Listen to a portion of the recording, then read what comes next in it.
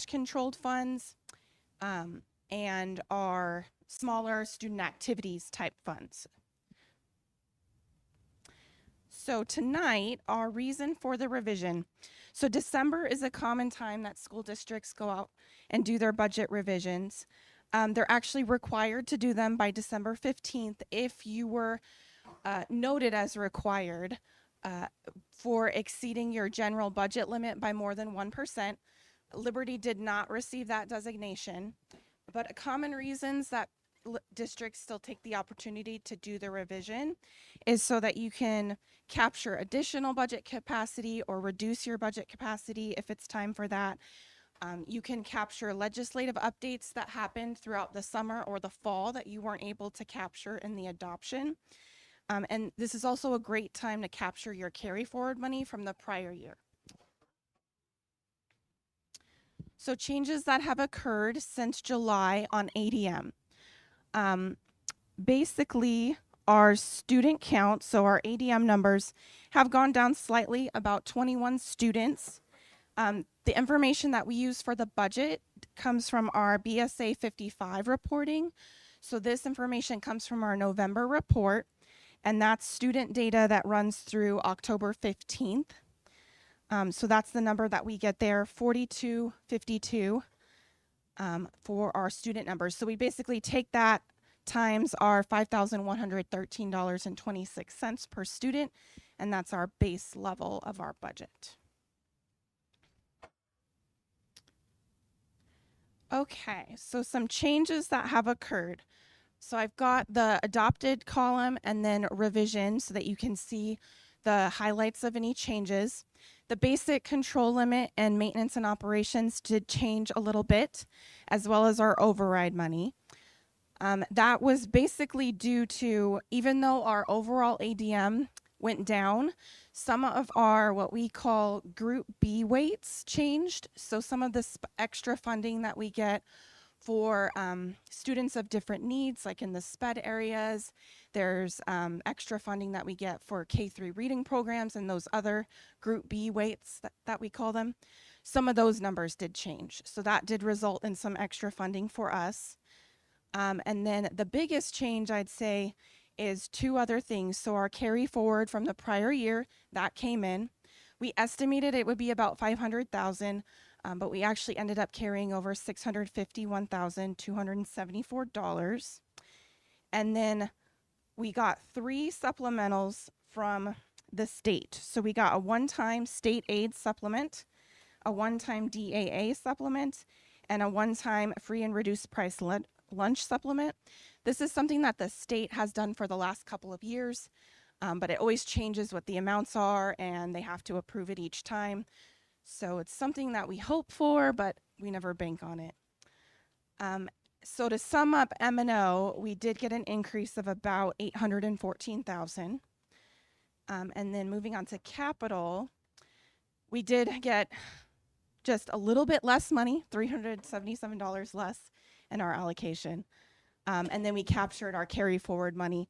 Again, we underestimated slightly, so we ended up carrying over a little bit more. So we have an increase in capital of $109,000. And moving from now till the end of this year, the next opportunity to revise the budget will be in May. So that will be at our May 11th meeting. The May budget revision, that captures our final numbers for ADM. It also helps us align much more closely with the actual expenses that have occurred. We did that now, but we have still several more months to go. So when we know what areas everything is gonna fall in, we try to match the budget to that. And then that's our final chance to revise for FY26. Monthly budget reports will continue until May. And then they'll take a pause throughout the summer that allows us to close up our year, open up the new year. And so that way you can see more accurate data instead of getting monthly reports that are all over the place. And then something to consider for FY27 is budget work should begin soon because our proposed budget would be due at the June 8th board meeting. And then the adopted budget would need to happen prior to the July 15th meeting. That's not currently scheduled, but as long as we have a meeting and adopt a budget prior to that date, then we'll meet the minimum requirements. I did want to make one note before any questions. In the executive summary, there was just one small typo. Underneath the capital, it does say that the net result was a decrease of 109,000. It should say increase. Both items did increase. Thank you. Thank you. Any questions? I have some questions. Go ahead. Thank you. Thank you, Ms. Mosier, for doing a revision. I know it's a lot of work, but I think it's important for us to kind of, stay on top of it this year.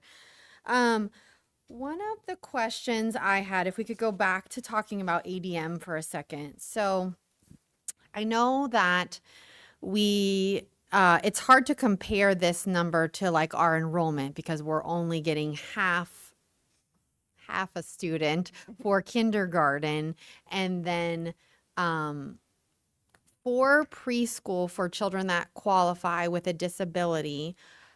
What are they counted in ADM? If they qualify, they are also counted in at a 0.5. Okay. And so when you say that it went down 22 students from like May, help me understand, because when I look at like the enrollment, we are down 113 students. So help me understand how we get to 22 for ADM, if you could, please. Yes. So it does take some time for the reporting that we use to basically be updated with the current trends. So we could see possibly when we do the May revision, that reporting could show a more accurate number of any students that have left us.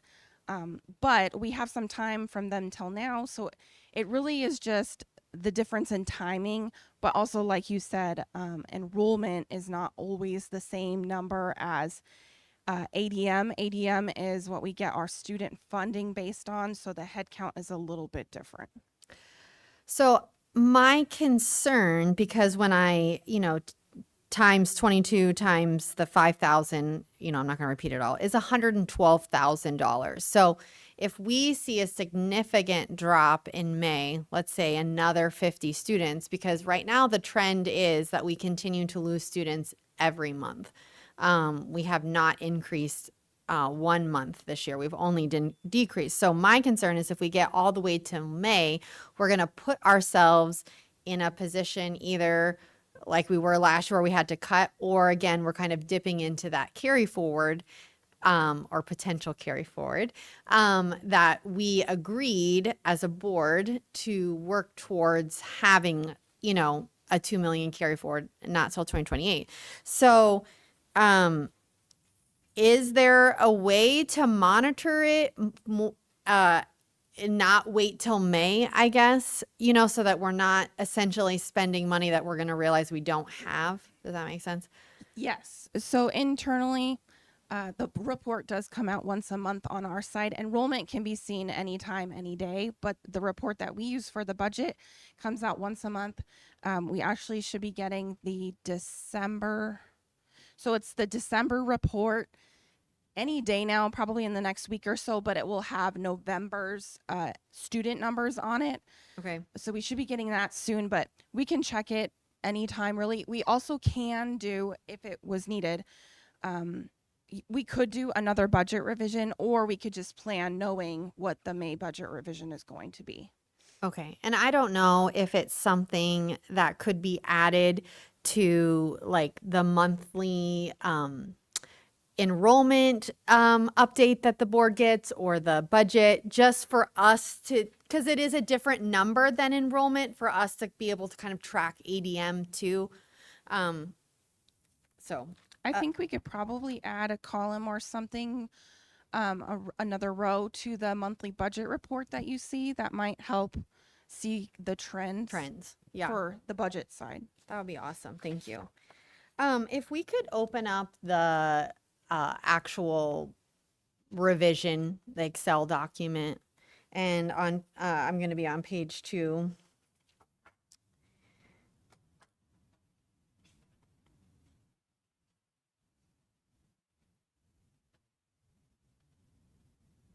The other file. Yes. Okay. So if you look at the FTEs, so, and I like, it was hard because I wrote in my own column what it was when we did the adopted budget. But so for example, in that first number 1 line for the adopted budget, it was 200 FTEs, and now it's 229.5 FTEs, which is a very significant change.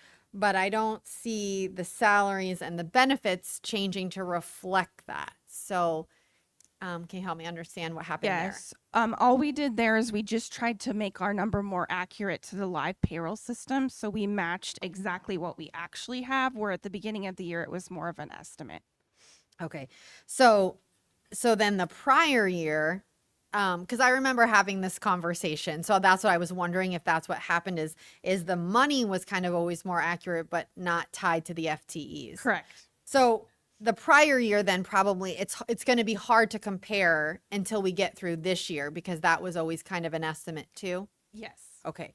But now this is a more accurate representation. Yes. Okay. These numbers are right out of the payroll system, matching those positions in those categories. Okay, perfect.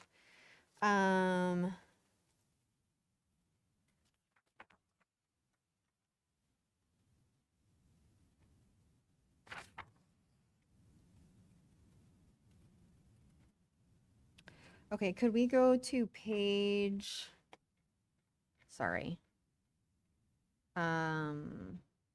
Page 4, it's the classroom site fund.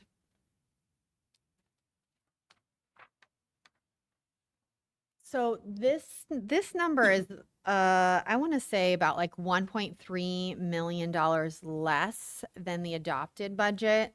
Under salaries number 11. Is that because we had quite a bit of turnover? And so we're not paying as many teachers out of the classroom site fund because they weren't here to write their 301 goals? Not necessarily. It's more that this number is more accurate to what we think we're going to use for this year only. Where we did kind of have a buffer built in prior to this, because we felt that it'd be better to budget more what we're using, and that way you could see that carry forward money, and then the district as a whole could make better decisions on if they wanted to start spending that a little bit more, or how to distribute that out a little bit better. And one thing that we didn't have this, I don't know if you can see it, but the yellow items weren't on prior year budget forms. So it didn't always say what the intention was to carry over. You also never really want to carry, you don't want to carry over too much, but you don't want to get too low, so that if there was ever a dip in funding in Right. classroom site fund, you want to at least have a full year, maybe even a little more, to give staff some warning that their next year bonuses are going to be going down if we were ever to see a dip in that funds. Okay, thank you. If we could go to page 5.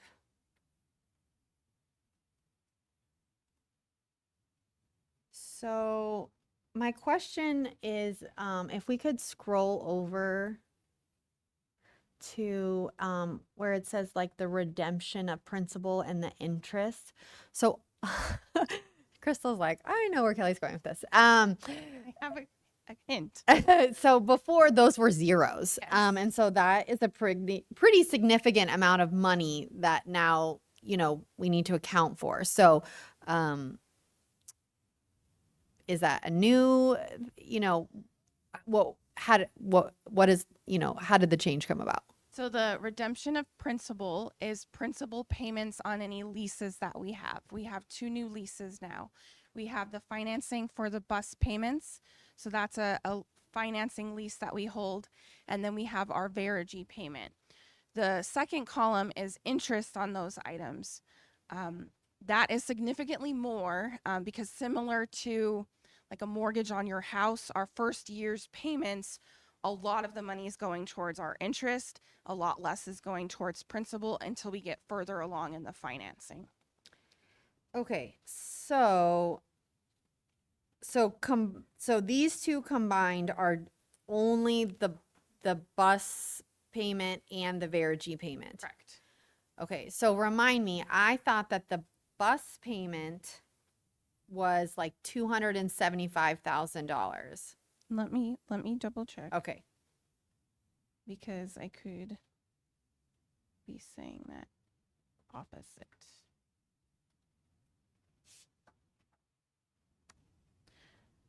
Okay, so it's the bus payment for sure. And then we have a very small payment that we're treating the website that we have 5 years of payments on. There's a very small amount of that included in this. Okay. And then the Verigy payment hasn't actually happened yet. So it's encumbered, it's budgeted, but it's not an expense that's occurred. Can you tell us how much the Verigy payment is? Because I just don't remember. Yes. Please. Sorry. That's okay.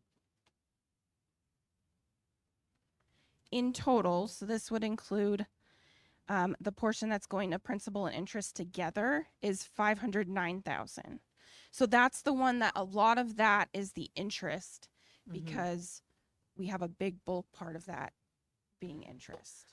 Okay. And so, the point, the way that we were sold Verigy is that we're going to recoup that through energy savings. So, that probably is a different agenda item is how we can verify that occurred, because they also said in that presentation that if it didn't, that they would essentially write us a check. So I'll, put that in the back of my brain for a different agenda item. But so right now, though, it looks like we made kind of significant changes for what we plan to spend on capital because, we hadn't accounted for these payments. So the biggest one that I saw was for furniture, the big change. It was like $500,000 change from the adopted budget. So are there things that were really missing? Did we know what we wanted to spend that on, or? Typically, it's just a placeholder in certain areas. So we could say we did have those lease payments budgeted. They just weren't in the lease category yet. Okay. So we typically kind of build in some extras in the other line items so that if there's an emergency that comes up, or in this case, we need to move it to another area, we can. Okay.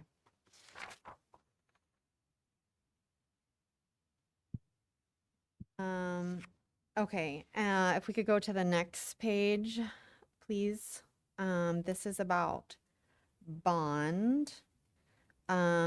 So under lines 8 and 9, it's about 1.1, I want to say, and I believe that they were zeros in the adopted budget. So it's it looks like, again, furniture and equipment. So do we kind of just move what we thought we were going to spend? I'm just curious, do we know what we need, or are we just kind of placeholding it because we thought we were going to spend it out of capital and now we don't have the money?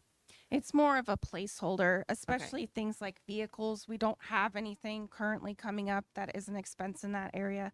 Furniture and equipment, normally bigger items like that start happening closer towards the summer. So it's mostly a placeholder. Okay.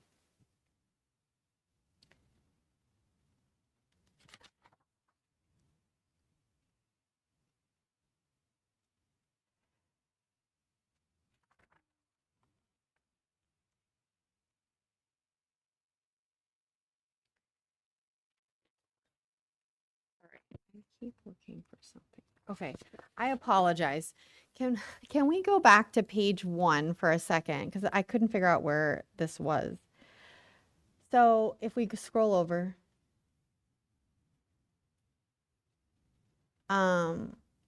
Okay. If we could scroll down now, please.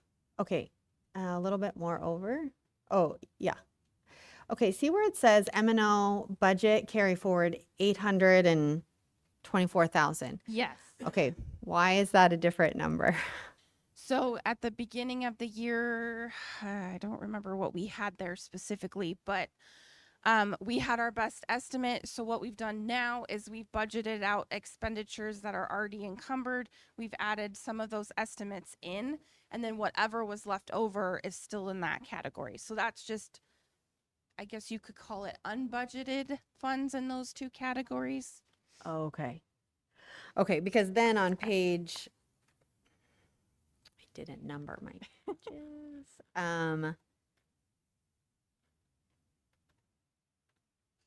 Page 8, it goes back to the 651,000 that we talked about. So I guess I'm just trying to understand, the difference in the way that they're listed.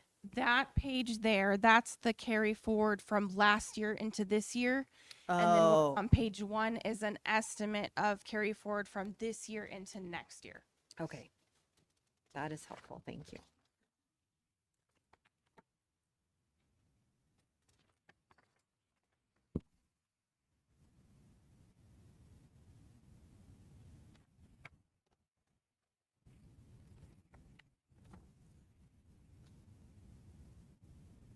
Okay, so then if we could go to the actual like budget carry forward page, which is 14.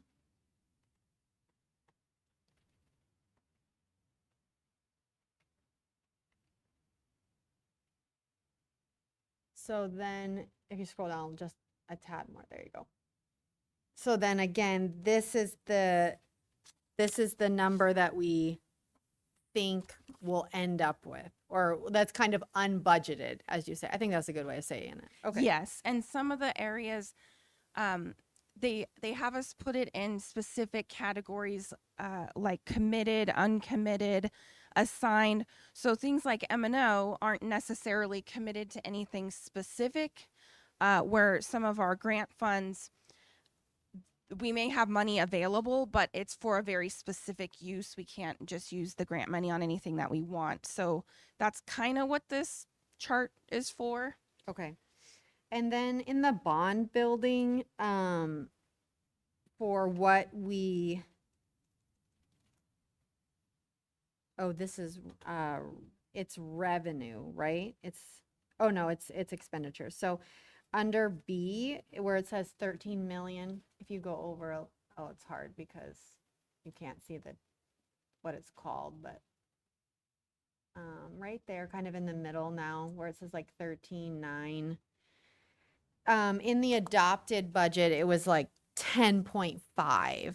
So do we know, did we go over in building Loretta, like where that extra 3 million of spending of bond came from? Most of it did happen throughout the summer, because we did have that time period. Our fiscal year closes June 30th, but we do have July and August to continue making our payments. So there was quite a few construction invoices that came through in that time period.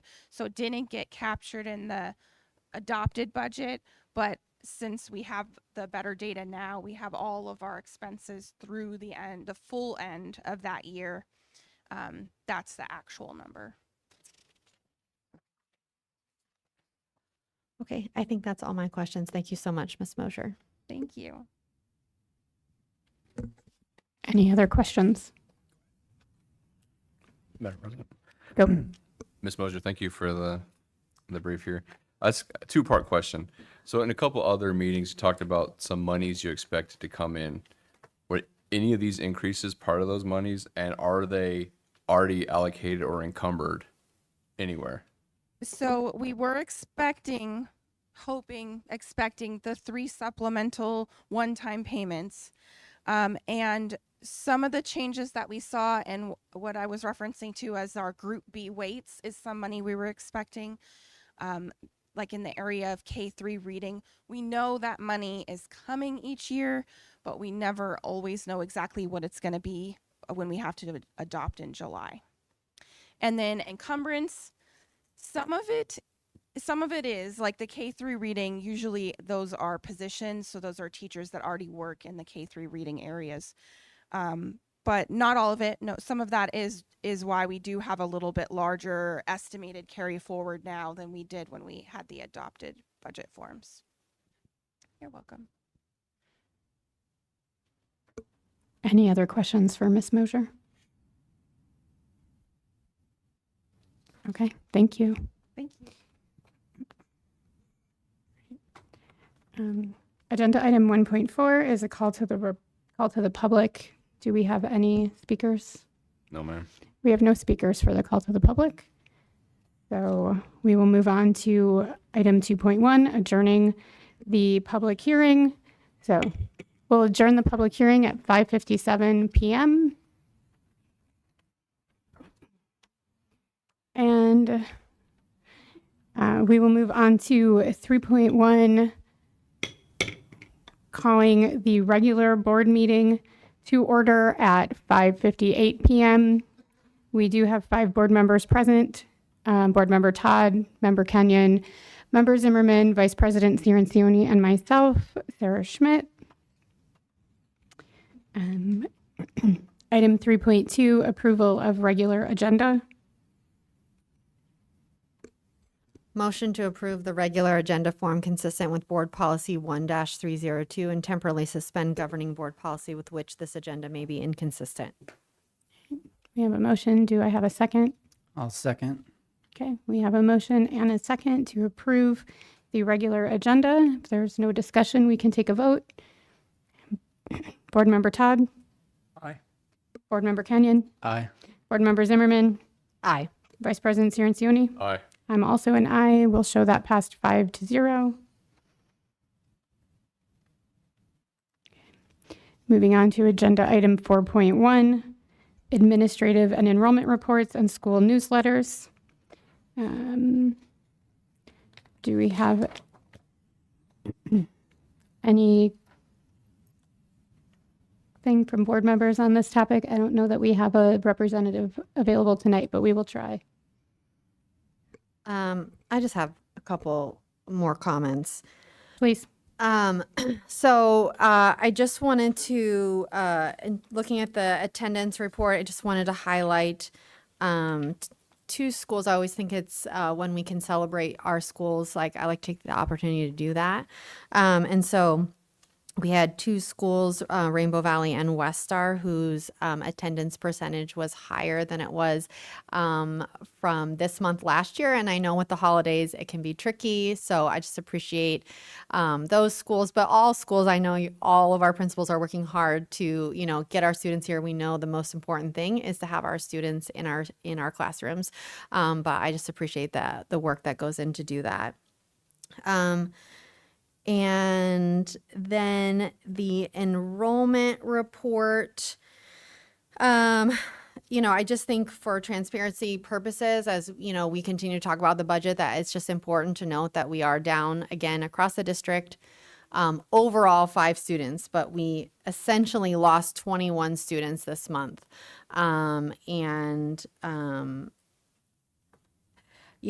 I would love if the principals would share with staff, not right now, if like things that are happening, because there are 2 schools that lost, a more significant number this month. And if there's something happening, I feel like it's important for us to know, can we make a change? Can we do something differently? Because we certainly don't want to be losing students. So that's all I have for this agenda item. Thank you. Any other comments from board members? All right, thank you. We can move on to item 4.2, monthly budget report, November 2025. Dr. Mahorn is not here, but Ms. Mosier, we're back to you. Good evening again. I don't have a lot for you this month. Not a ton has changed on this reporting. I just wanted to make a note that a lot of our revenue has started coming in, so we did see some increases in revenue. And then I added a fund. So there is a new line item. You might have seen fund number 113 added to the list. That simply is the designation between the Project Momentum grant we had before, closed out the 30th of September, versus the Project Momentum grant we have now. So those two fund numbers kind of separate the fiscal years. So if you have any questions for me, I'd be happy to answer. Questions from board members? I just have one. Go ahead, please. And it has to do with that fund. So if the 112 FY25 Project Momentum closed out, it says we have a balance of $860,000. Are we able to use that, or did you mean we are not getting new funds as of September 30th? We're not getting any new funds, and that total is not entirely accurate because it doesn't account for the money we've spent in prior fiscal years. This budget report only shows our spending for the current year. So I probably should have made a note off to the side that we have spent more money than that because last year's money was spent as well. That grant was really maybe 18 to 20 months. So it went over 2 different fiscal years. And the spending that you see on this report is only since July. So there has been more spending. If I could pull it up quickly, I could give you a Okay. good estimate of what we actually spent. So then my question though is that balance number, is that factored into the bottom balance number? Is that then not necessarily accurate? The 9.751 million, it would be totaled into that as well. Okay. Let's see. I can update it for sure on the next one. So we had the $983,100. And if this report I'm looking at is completely accurate, I would want to check it. It looks like we spent right around 892,000 in total. So we did not have that much left available. We had less than 100,000. Okay. So again, but that end balance then would be about Yes. around 9 million then, right? Oh, yes. The one Okay. at the very bottom. The of very that bottom category, number. yes. Are we able to spend the remaining like 100,000? I'm estimating like just listening to your numbers. Or is that completely closed out? It's completely closed. Okay. So for the next one then, will you kind of zero it out, I guess, so that it doesn't? Yeah, I Okay. can take off, correct that balance so it only showed the remaining. I guess I could zero it out completely because even the remaining isn't helpful to us any longer. Right. If we can't spend it, then yeah, we don't want to. Yeah. Okay. That would make more sense. That was all I had. Thank you.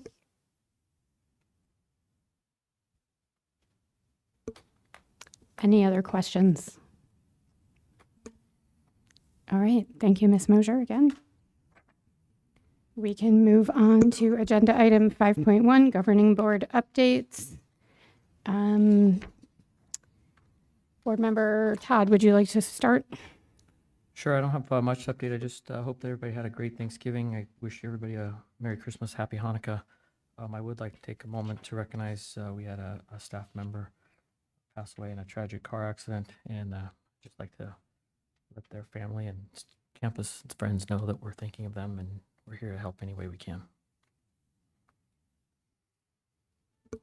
Thank you. Board member Kenyon. Yeah, thank you. I was going to say exactly the same thing that Board Member Todd said. Again, hope that everybody had a good Thanksgiving holiday with their family and friends, and everybody enjoyed their time. And now getting ready for Christmas season and the New Year's coming around the corner. Everything's happening so fast now. But I also wanted to take a moment and just share my sympathies with the family and staff that are all impacted by what happened with a staff member at Laura Zumbro. So they're in our thoughts and prayers. Board member Zimmerman. Yes, thank you. I also wanted to offer my sympathy to the family. I directly knew that person because they worked in my daughter's classroom last year. So it certainly hit a little bit closer to home to me. And I'm thinking of the preschool staff as well, as I know how close knit that family is over there. I have been able to attend a lot of basketball games, and I just want to highlight how impressed I have been with all of the coaches. Their dedication, their passion for their students. It's been really, really fun to be able to see the different schools and watch them compete. And certainly good luck to all of our teams that are in the semifinals tonight. I was also able to attend a meeting, a signature program meeting. Just as a spectator, I did not participate since it will come before the board. But for both Loretta Zumbro and Estrella Elementaries, as they are both looking at a new signature program. And I was very impressed at Estrella how many staff members were there, how many parents were there, and actively involved in that process. So that was really cool to see. And I was also able to attend Estrella's school-wide celebration of their getting their fourth A in a row letter grade. And I just think it was really cool that they involved the students, because obviously they are not able to make that achievement without the students. And so I think it was just a cool way to celebrate with the staff, the students all together. So it was an honor to be able to attend that as well. That's all I have. Vice President Cirincione. I also want to extend my sympathies to the family over at Loretta Zumbro. Losing a family member, because that's what you guys are at that point, all family. It's never easy. And this time of year, it seems a little harder than normal. So I just let you know, you guys are also in our thoughts and prayers, and it's horrible. Thank you. I also am going to be the fifth one to offer my condolences to everyone who knew the staff member, all of the people impacted. We know that teachers reach so many people and so many families. And as Vice President Cirincione said, it does always feel a little bit harder this time of year. So I want to send my condolences to everyone who knew her and, keep them in our thoughts as we move forward. And we'll end there tonight. So we can move to 6.1, the call to the public. This is a reminder that you'll have 3 minutes to speak, and as Vice President Cirincione will call the names. First is Megan Canan.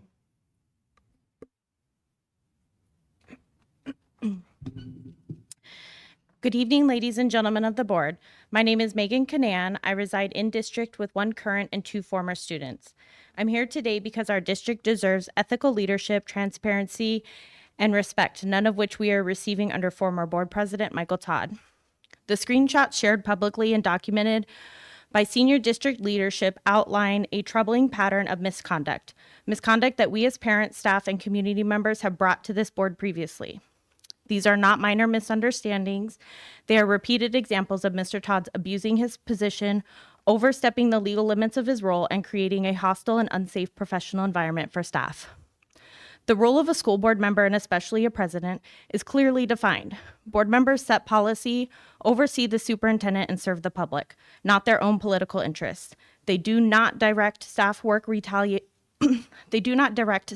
work, retaliate against employees, interfere with public records, manipulate complaints, or attempt to intimidate the very people hired to serve students.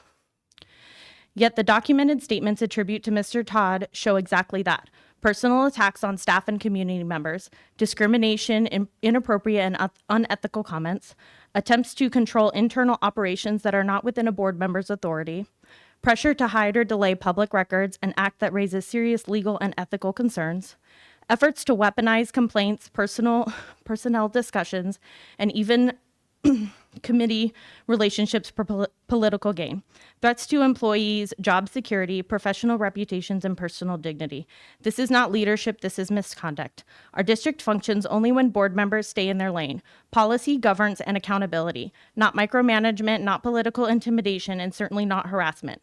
When a board member or president uses their role to bully staff, interfere with legal process, and damage trust across the district. They are no longer serving students, they are serving themselves. The result is a loss of public confidence, a destabilized administration, and a climate of fear rather than collaboration. Mr. Todd has already lost the trust of his community once at the ballot box. These additional behaviors make it clear he has also lost the moral authority to continue being on this board. For the good of our students, our employees, and the credibility of this district, I am calling for the immediate resignation of Michael Todd as member of this governing board. Our community deserves better, our staff deserves better, and most importantly, our kids deserve better. Thank you.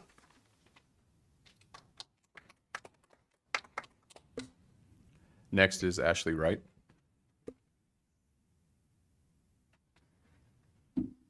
Good evening, Madam President, members of the board, and community members. My name is Ashley Wright, and I reside within district.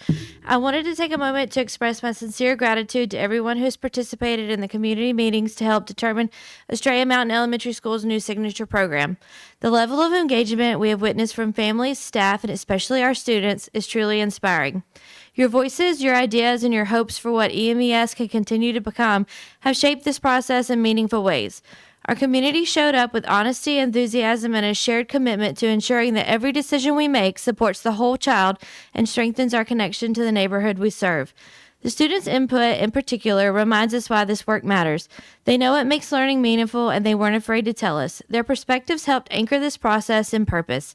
And truly, who better to help guide us into this next chapter than Principal Boris? Under her leadership, EMES has earned its 4th consecutive A rating, not by accident, but through vision, dedication, and a deep belief in our children.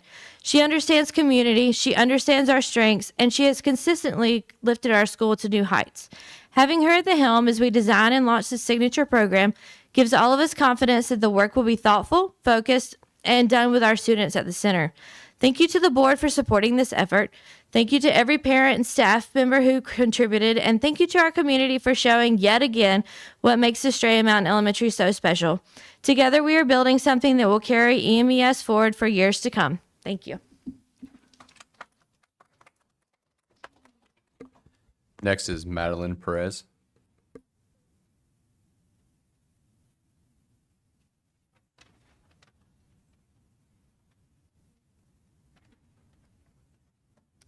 Hello, and thank you for having me tonight. I just wanted to address, I am in the district and I work for the Olmecs Cleaning Company that is paid by you guys to clean all the schools within the district. I'm here to let you guys know that we have not been compensated for our pay. We were due on Friday. I'm not sure if that is something that is within the board or the district that we're not receiving our pay, or it is through Olmecs itself. But I wanted to make this aware because we have many employees who are struggling, who are single mothers. This is the holiday season and we need those funds to be available to us. And we've been behind 3 different times now. He's failed to pay us. And that is the contractor that I believe his name is Ivan. And you guys are contracting him to have all these schools clean. I don't want this to affect the way that school is being cleaned because I love my job. I love doing this. But if we're not getting paid, it seems like we're all kind of just struggling and we're not able to show up for our job if someone doesn't have gas to pay to get there. Yes, it's a part-time job, but we all take this job very seriously. I'm here on behalf of my employees that aren't here as themselves to speak, but I'm glad that I had the opportunity to speak with you guys today, and thank you.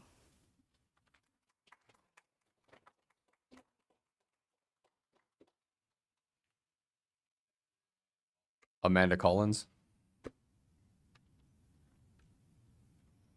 Hello, members of the governing board. My name is Amanda Collins, and I'm the parent of 3 children in the district. I'm very concerned about our ongoing understaffing. I know you were asking about declining enrollment, Ms. Zimmerman. A lot of it has to do with that. Children are in split classes. My 8th grader did not have a science teacher until November 4th of this year, and I've talked to several parents at her school that have left because of that. I'll be sharing some results from the May 2025 Staff Teacher Climate Survey because I think that does speak to why our teachers are leaving. We do need to make some changes, and I'd like you to listen and think about what you can do to create a better culture and environment for them. Some of the comments are there's been too much turnover in the leadership positions in the last 1 to 2 years. This culture is terrible. It's being led by the male board members and then executed terribly by the district office. This top-down leadership does not empower anyone to do their best. The poor and unprofessional treatment I've received from Dr. Monroe, Dr. Mahorn, and Michael Todd is unacceptable. Certain governing board members have been allowed and empowered to treat administrators both poorly publicly and privately. They run the district and consistently overstep their roles. We are witnessing a troubling trend of teachers and support staff leaving, largely due to a negative culture that's been influenced by the conduct and attitudes of certain board members. The role of a board member should be to uphold and support the district mission, not to undermine it by advancing personal agendas or prioritizing connections over qualifications. Our district management is not good. Taxpayers' money is going down the drain. Governing board members are in a power play at all times. It feels very us versus them with the schools and the district and board. I'm tired of being micromanaged by people at the district level and on the board. Also, the goals and actions of the governing board are having a profoundly negative impact on the district. It has also been brought to the public's attention that there was an attempt for these results to be concealed by Mr. Todd, pressuring staff to make the files go away or allow him to take possession of the raw data. While this is currently only an accusation based on his history of dishonesty and intimidation, I find it believable. We demand better, and the students and teachers deserve better. Thank you.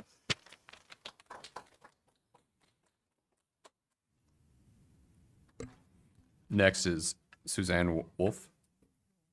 Walt, sorry. Yes, it's Wold.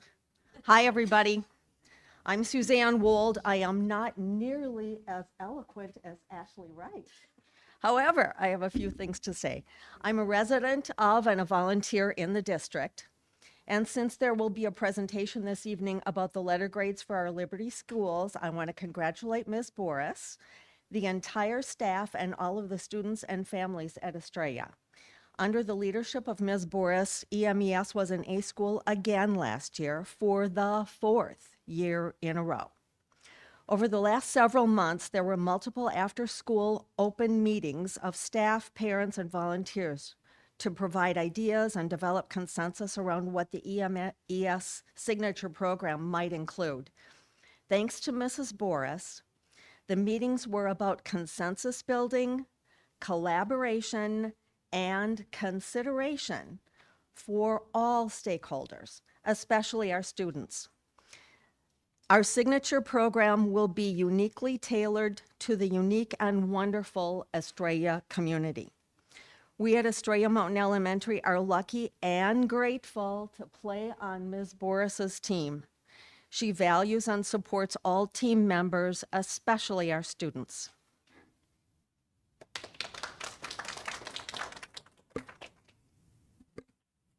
There's no more, Madam President. All right, thank you. Moving on to agenda item 7.1, approval of consent agenda. If we could pull 7.4 and 7.9, please. Any other items to be pulled from the consent agenda?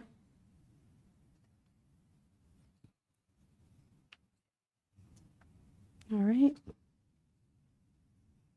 Can I get a motion? I make a motion to approve the consent agenda with the exception of 7.4 and 7.9. Right, we have a motion. Do we have a second?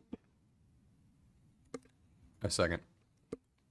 Right, we have a motion and a second to approve the consent agenda, pulling with the exceptions of 7.4 and 7.9. If there's no discussion, we can take a vote.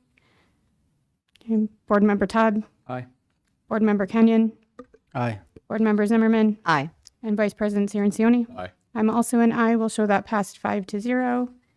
Right, so agenda item 7.4, approval of updated support staff wage schedule reflecting new Arizona minimum wage. Says Dr. Mahorn, who is not present tonight. Ms. Zimmerman? So we will attempt to defer to Ms. Mosier, but no pressure because it's not your agenda item. But do we know the budget impact for this? Thank you. Yes, I did print that out because I thought that may be a question. I can't find my document at the moment. But this impacts less than 20 of our staff members and it's 3 cents per hour. So what I calculated this afternoon was under $1,000. Okay, thank you so much. Found it. Any other questions on this agenda item? Okay. Thank you. I make a motion to approve 7.4. Do you have a second? Second. Thank you. We have a motion and a second. If there is no further discussion, we can take a vote. Mr. Todd, Aye. Mr. Kenyon, Aye. Ms. Zimmerman, Aye. Mr. Cirincione. Aye. I'm also an aye. We'll show that passed 5-0. Okay. Moving on to item 7.9. Approval ratification of payroll vouchers 162, 1062, 163, and 1063 in the amount of $2,622,228.95. Ms. Mosier. Just my question is, because I didn't see it in here, I just want to make sure that we did pay the psychologist that the board approved on November 13th, her extra pay that we approved. Yes, that was paid. Okay. And so I didn't see it in the payroll vouchers and there are no expense vouchers. So will we see that? It will be on the next one. I don't want to say for certain, but I believe it was payday November 25th. So I don't think that's included in this. Okay, perfect. I just wanted to make that clarification. Thank you so much. That was the correct pay date. Yes. Yep. So, okay. Any other questions about the payroll vouchers? Okay. Can we get a motion I make a motion to approve 7.9. and a second? Second. Okay. We have a motion and a second. If there's no other discussion, we'll take a vote. Mr. Todd, Aye. Mr. Kenyon, Aye. Ms. Zimmerman, Aye. Mr. Cirincione. Aye. I'm also an aye. We'll show that passed 5-0. All right, moving on to general business. Agenda item 8.1, discussion approval of fiscal year 2025-2026 annual expenditure budget revision. Dr. Mahorn, but I think we're coming back to you, Ms. Mosier. That is okay. Good evening again. As we discussed in the public hearing, there is an update to our budget. So just to recap, M&O is increasing $814,357 and capital is increasing $109,928. Are there any additional questions for me? Any questions from board members other than what we've already discussed? I just want to know, it's also clear on this one. Oh, yes, thank you. It should be increase and not decrease to capital. Anything else? All right, then I think if someone would like to make a motion. Motion to approve the fiscal year 2025-2026 annual expenditure budget revision. We have a motion. Do we have a second? I'll second. Thank you. We have a motion and a second. If there's no other discussion, we can take a vote. All right, Mr. Todd, Aye. Mr. Kenyon, Aye. Ms. Zimmerman, Aye. Mr. Cirincione. Aye. I'm also an aye. We will show that 8.1 passed 5-0. Okay. Agenda item 8.2, discussion approval regarding the vacant superintendent position for the remainder of the FY 25-26 school year. This was something that I asked to be put on the agenda. I felt it was necessary to bring this up since when Dr. Monroe was removed, we specifically named an interim superintendent.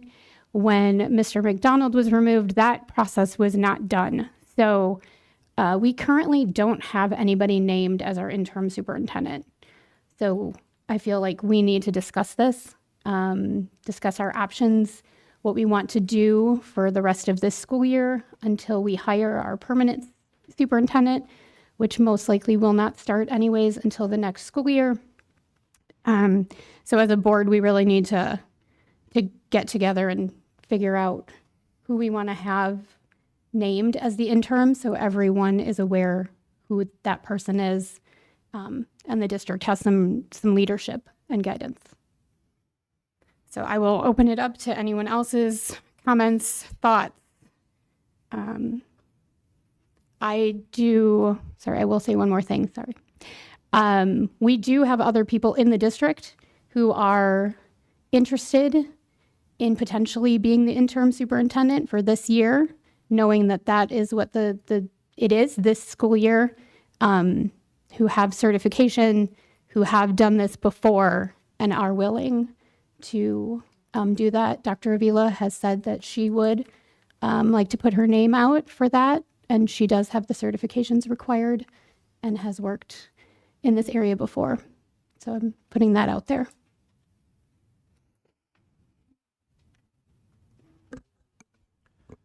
I guess one question is, does any other board member have anybody else that approached them about filling a vacancy?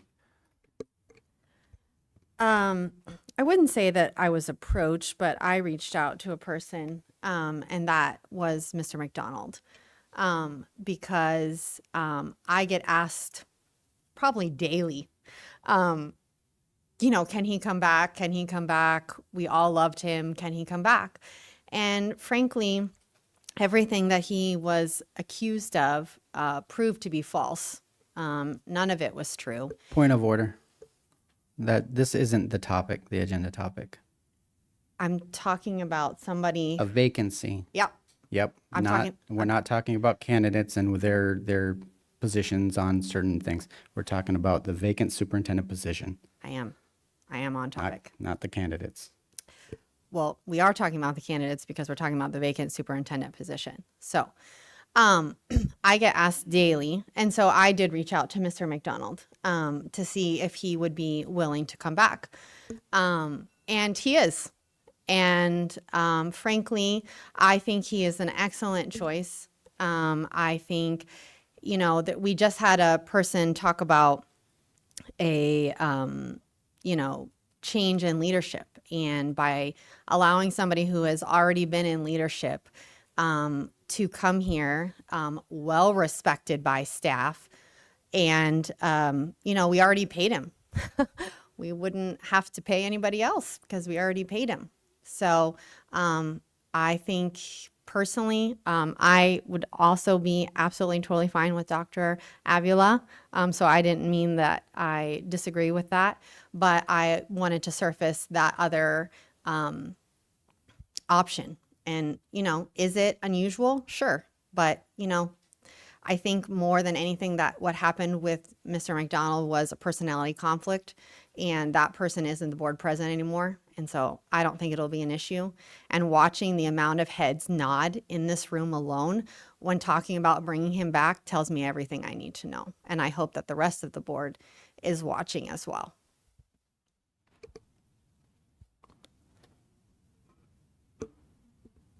Any other comments? President, if I may. Yes. Just like to comment on these last comments. I would believe if you received the number of phone calls from the California news media that I received when the last superintendent left, you would recognize that he's not so great. He's not the person for the job in this district. He wasn't the person for the job in the district in California. I would be highly against Mr. McDonald returning to this district under any circumstances. I believe that we've got a few months left in this year. We have one person who's been steering this boat, and we should continue the course with Dr. Mahorn through the end of the year.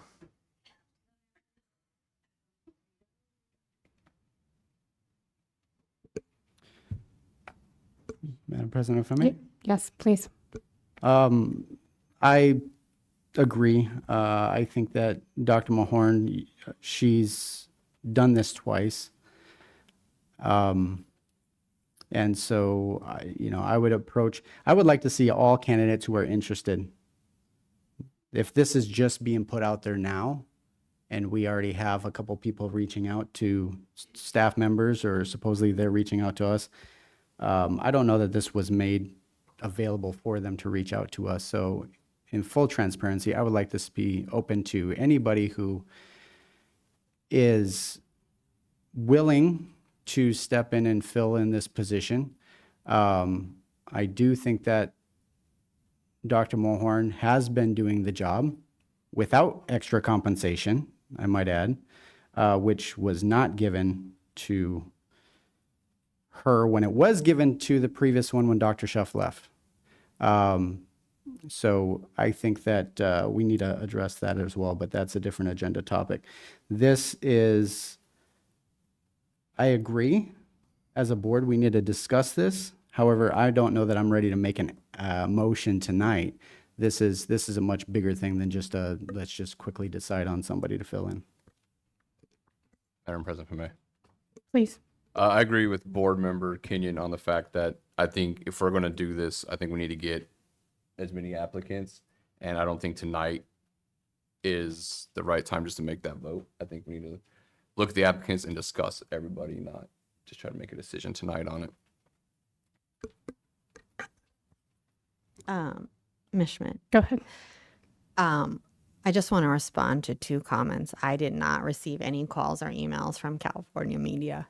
And I think, if we are going to have people, kind of submit their interest, because for Mr. Kenyon and Mr. Todd, I feel like Dr. Mulhorn has told us that she, doesn't want the position. So I don't think we should be giving it to somebody who doesn't want it. I just think that's an unfair thing to do. And for clarification purposes, we did pay Dr. Mulhorn extra for the time in between Dr. Monroe and Mr. McDonald. That absolutely was paid in a June or July meeting. If the board's okay with that, I think maybe we need to set a date for a deadline for people to submit interest. And I don't know if Ms. Camerata would be the best person to compile those names. So that way there's no conflict of interest if it's one of the staff members. And if they're the one collecting it, I don't think they should have to deal with that. I don't know if do you have a problem being the point for collecting names of interest? Okay. Do any board members have a problem with that? Madam President, Yes. if we can go back for a second, I thought you were trying to name somebody tonight. Ideally, the best thing to do is to do this transparently and advertise the position. When we did hire Mr. McDonald, it was very, very well stated from the board and members of the public that we needed to have a profile of what we were looking for, qualifications, recommendations, lots of things. I find it very interesting that now that's changed and we're ready to just make a move somewhere. I do believe that we should, if we're going to fill the position, if we're doing a short-term interim, I will stand by where I said, and I believe Dr. Mulhorn has been doing that job and will continue it for this time. If we're looking for a permanent for the rest of the year, then by all means, we can advertise the position, interview people, and go forward with it from that perspective. I think time is against us. By the time we advertise this position, we reconvene sometime most likely in January. We bring somebody on board, we're bringing them on as an interim for a very short amount of time. I don't know that that provides much for the district to do. But I'm curious if board members are being contacted. The question all the time was if you get requested by the staff to do something, you should let the whole board know. And this is the first I've heard of Dr. Avila being interested in it.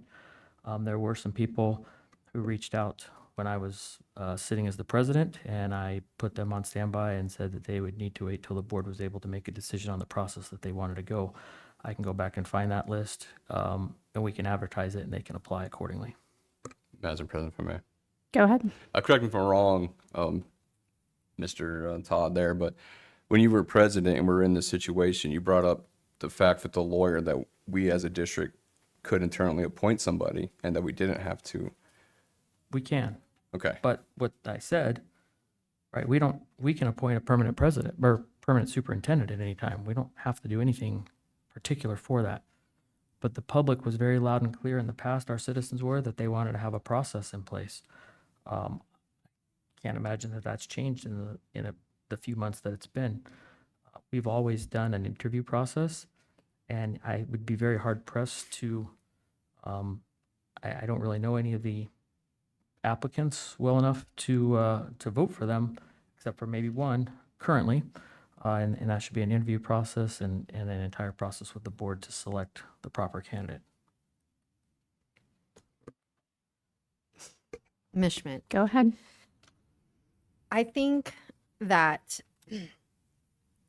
I'm not interested in an interim position for looking outside of the district. So, you know, the people that we're talking about are two people that work in the district and one that we just went through the entire process with. So I feel like we all know that person quite well. Because I don't feel like we have the time, as you stated. And time is of the essence. This district needs a strong leader, and we need somebody to direct the staff. And so I think that, you know, we could have a meeting this week because, you know, Dr. Mohorn isn't even here. So we don't even know if she's interested in the position, because from the way that it has come across to me in a meeting is that she's not. And again, I'm not comfortable appointing someone to a position if they don't want to be in it. I don't think that's a fair thing for us to do as a board. Madam President, if I may. Go ahead. So I would agree with Board Member Todd, mainly because of the timeline. We are very, in the past, it has been, we have to have everybody in the community have a say in whoever we appoint.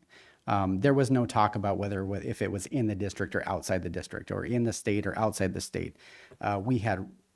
Obviously, we would like certain things. I'm all for growing within and promoting from within. However, I don't want to rush this. I mean, I think every board member on this board has said in the past, we've made mistakes when we've rushed things. And so if we're going to do this, there needs to be a finite process that we come together as a board and create. The other thing to this is, as Board Member Todd said, the timeline of this. There's not a lot of time left in this year to go through this process. And right now, for the last couple months, the district has been still going, still moving forward. And so then it brings in the question of compensation, of more pay. We're already very tight on our budget. So now we're looking at possibly adding more. And so this is one of those things that we do need to discuss as a board. I'm not ready to make any motion or action tonight on this, but I do think it would behoove us to set another meeting to talk more in depth about this. If the board feels we need to appoint somebody right away, or if we are okay just focusing all of our energy on the permanent superintendent, because what's going to happen is we're going to slow roll that ball while we're trying to get this one going, because there's only so much you can do. Madam President, may I- Yeah, go ahead. I agree with what you're saying, Mr. Kenyon. My only concern is right now we don't have an acting superintendent. So who is responsible right now in the district? So that's my big concern right now. And so I agree this is a serious topic and we do need to not slow roll it, but we definitely need to make the right decision. And I don't want to rush it tonight, but I think that's something we need to jump on, because right now, who's our employee? We don't have one right now. And so who are we supposed to direct? Nobody. And so I think we do need to get to that point where we have somebody that needs to answer to us at the district. But I agree. I don't think tonight's the night, but I would like to try to get it a little sooner than later. And I want to jump in and say that we made this as a discussion approval so that if there was a motion to make, we could. I didn't necessarily put it there thinking that we would all come to an agreement tonight. Realistic. So, but it was something that I thought needed to be addressed and thought about. As Vice President Cirancione just said, we don't have anyone named as the acting superintendent right now. So when Dr. Monroe left, we immediately named Dr. Mahorn as the acting superintendent. There was no discussion. There was no community forums. We didn't go through an application process or an interview. It was Dr. Monroe is gone. Dr. Mahorn is our new superintendent at the same meeting, in the same motion. So I appreciate that we want to include everyone and go through a process and not just, pick someone out of the crowd. But we didn't go through that process the last time. And so, do we need to go through it again this time? I'm not sure, because we didn't do it the last time. And as we're all saying, we're time crunched. And now we have to focus our attention on hiring our permanent superintendent that is going to take us through, hopefully the next 3 to 5 years in the district, not from now until May. So there's only so much time and attention that can be given. And so that's something that everybody has to consider as well. But we really do need someone who is named the leader of the district that we can check in with as a board, because that is our employee. And the rest of the district then checks into that person because they are their employee. And right now we just are missing that in a big way. I think it's very obviously missing. So it's something that we need to think about. So I'm fine with nothing, no motion tonight, but I really wanted everybody to start thinking about this. And we need to bring it back and make a decision, probably sooner rather than later. Madam President, if I may. Please. I don't want to keep this going too long, but maybe it's a question for legal, but is there a difference legally between acting superintendent and like interim superintendent? I can Madam follow President, up. if I may. Yep. So Please. thank you. I may have misunderstood where this was going as an agenda item that you were looking for. I understand what you were saying about appointing the acting superintendent, right away. And so that was something that happened when Dr. Monroe left. That has not yet technically happened after Mr. McDonald left.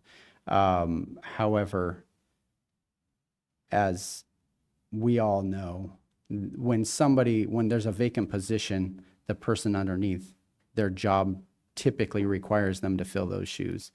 And so as we know, Dr. Mahorn has been doing her best to fill those shoes. She has been the main point of contact for this board since Mr. McDonald has left. I would like us to, as a board, or as our president, you could reach out to Dr. Mahorn and ask her if she's willing to do this, because she's in that position, the position that she's currently filling.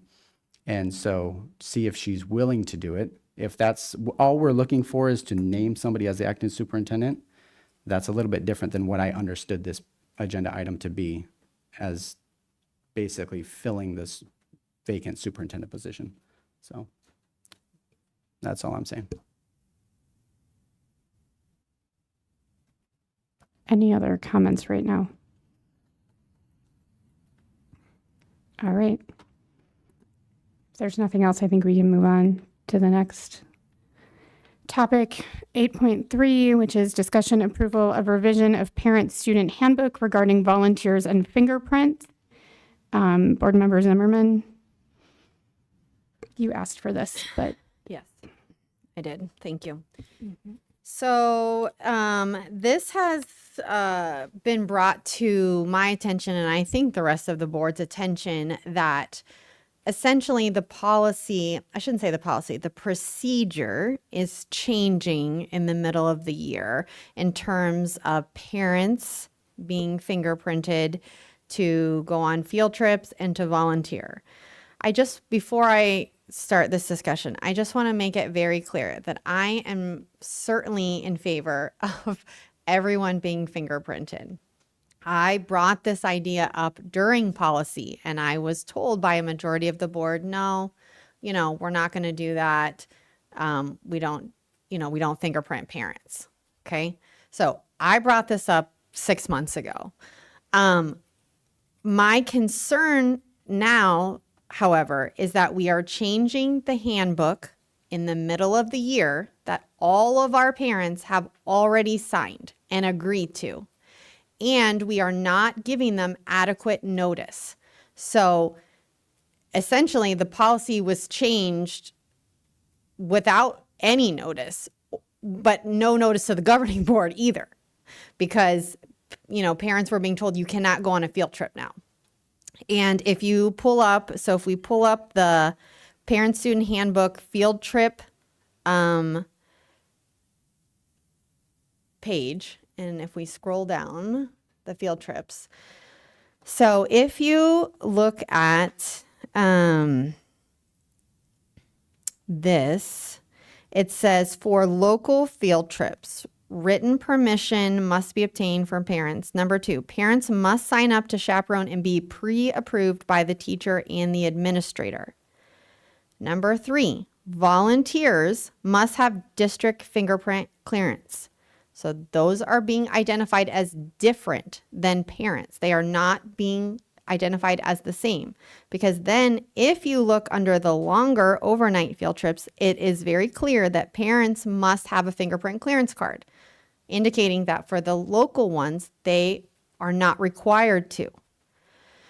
So I think my concern is with the letter. If you pull up the letter, it says that it's going to take 8 weeks for this process to happen. And so we're changing it immediately without giving them the 8 weeks time. And this is the way it's, been for years and years and years. This is not like we changed it this year and now we're trying to go back. No, this is the way that it's always been. And so again, I am not against having parents being fingerprinted, but what I have a concern with is that we're changing it in the middle of the year. We're changing a document that they already agreed to and signed, and we're not giving them the notice. And then if you pull up the visitor policy, again, when we discussed policy, I said I did not think that this was enough. I didn't think it covered the volunteers. I felt like it left kind of too much a gray area. And I went back and looked at my notes and dime stamps and everything. And so we added the word in that, essentially a superintendent would be, designate the procedures for volunteers. But I really think, as I said back then 6 months ago, I think that the board should create a policy for volunteers so that it's very clear as to what we're doing. So I think if the board would like to change the policy or change the procedure, change the handbook, one, I'm not sure that we can do that tonight because a revised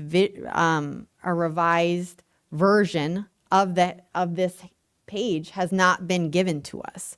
And so I would be okay sending out a letter, but with changing the date that it's effective essentially 10 weeks from now, so that it gives parents the 8 weeks to submit their, to apply for their fingerprint clearance. And I'm counting the 2 weeks that, the district office is not here. Because I just, if we're going to be transparent, we need to do so fully. So that's my concern about this kind of being changed essentially without coming to the board, because the board approved the parent-student handbook. And so if we're going to change it, I feel like it needs to come before the board. And there isn't a revised version here. Madam President, if I may. Go ahead. So what I understand, I think there's some miscommunication or misunderstanding of the difference between a parent and a volunteer. A parent attending a field trip, and so any parent, I would love it if every parent could attend field trips with their kids. We all have different pasts, different cultures, different lives. We grew up in different situations. There's a lot of parents nowadays who wouldn't be able to get a level 1 fingerprint clearance card, excuse me. So what you would essentially like to do is omit them from ever being able to attend a field trip with their kid if we're saying all parents must be fingerprinted. I don't agree with that. I do agree with volunteers because that's a different category. A volunteer is somebody, and it states right in one of those in our policy, a volunteer is defined as an individual who serves without pay for over 10 hours a year in a designated approved assignment in the district. They can go to field trips, and they should be fingerprint clearance card holders for that. They can be volunteers who are parents, but they're still a volunteer. So then they would have their level 1 fingerprint clearance card. So I guess I'm not understanding the concern with what we currently have in front of us. Ms. Schmidt. Go ahead, please. Okay. So, but do you see the letter that the district wants to send out? Because it's saying that all parents that go on a field trip have to have the fingerprint clearance. Including parent volunteers. It says parent volunteers, so they are volunteers. No, the way that it's being, So this is what, okay, so this is what I'm getting at. That's the misunderstanding. So I would agree that this needs to be cut and dry, where it needs to say, what is a parent? What is a volunteer? So if we're saying all parents need to have a level 1 fingerprint clearance card to attend a field trip, I'm just not supportive of that, because that's going to drastically limit the amount of parents that will be able to attend. Now, I am very, very, very strict and always looking at the safety of our kids. I have many, all of my kids have come through here, are still attending our schools. And so I'm very, very concerned about who's around my kids, but what a parent going on a field trip should never be left alone with the kids. So there's the difference between if a parent needs a level 1 fingerprint clearance card, or if it's a volunteer who possibly can take a group of little kindergartners and disappear somewhere in the zoo or wherever they're at. So I understand the difference there. So maybe I think we probably disagree on who should have the fingerprint clearance cards, but as for the letter, I understand the misunderstanding that somebody reading this can say, is it a volunteer who's a parent, or is it a parent who's just showing up and they're labeled as a volunteer because they're wanting to come and help? And so, do you get what I'm saying? yeah, I think we honestly probably agree, but I think the way that some of this is worded and being presented to us, to the schools, to the parents has created a lot of confusion. Because, Sorry, please and- don't. Hey, I'm sorry. Please don't yell out. Thank you. I think that is the concern, is that, to my knowledge, that even field trips were canceled. Like, they weren't allowed to go. And I don't want to do that to kids. And I hear you about allowing parents to go, and that parents come from all different backgrounds and they should be able to attend. But I think the concern that you kind of hit on, which is what I was going to say, is, okay, but sometimes we allow parents to take a group of students into the zoo. And so how do we differentiate that? Because then they are responsible for our children, essentially. So I think that, I think this needs more work. I think we need a volunteer policy, as I stated 6 months ago. I think we need to define, because in the field trip parent handbook, that part, it really seems to differentiate between a parent and then a volunteer. And could they be the same? Maybe, but it doesn't make it sound like that to me. If I'm trying to read it from a parent's perspective, not as a board member who has all this other knowledge about policy and things like that. And so I think we need to, as a board, need to be more clear. But I hate that field trips got canceled for kids, because there was confusion over this. And yeah, if they're all going, let's say they're all going to a play, right? And the classroom teacher can see all of their students, that's very different field trip than, going to the zoo and parents taking off groups and seeing different animals. How we differentiate that in a policy, I think we're going to have to be creative here, but I do think it needs to be addressed because I think there are upcoming field trips that basically district administration is saying they can't go on.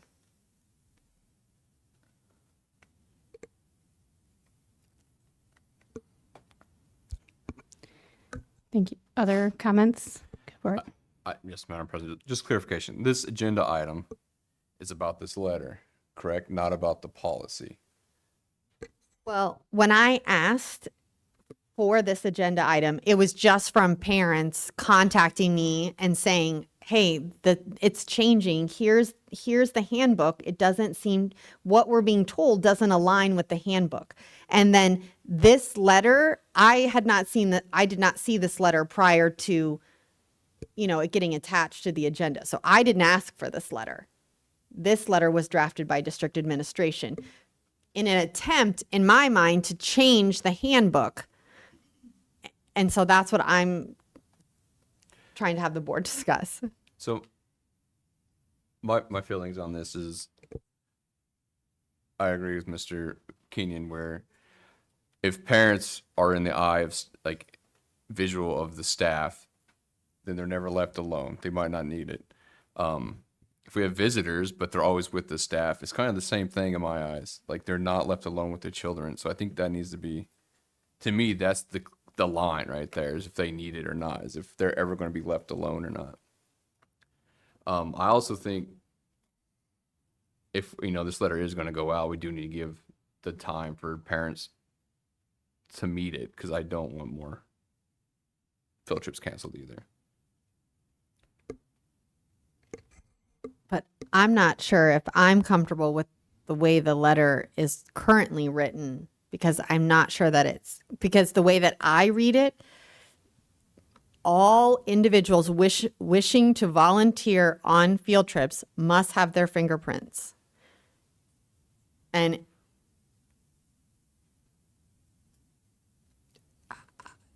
I think if we approve this letter to go out, I think it's going to be implemented that all parents who want to attend a field trip are going to have to be fingerprinted.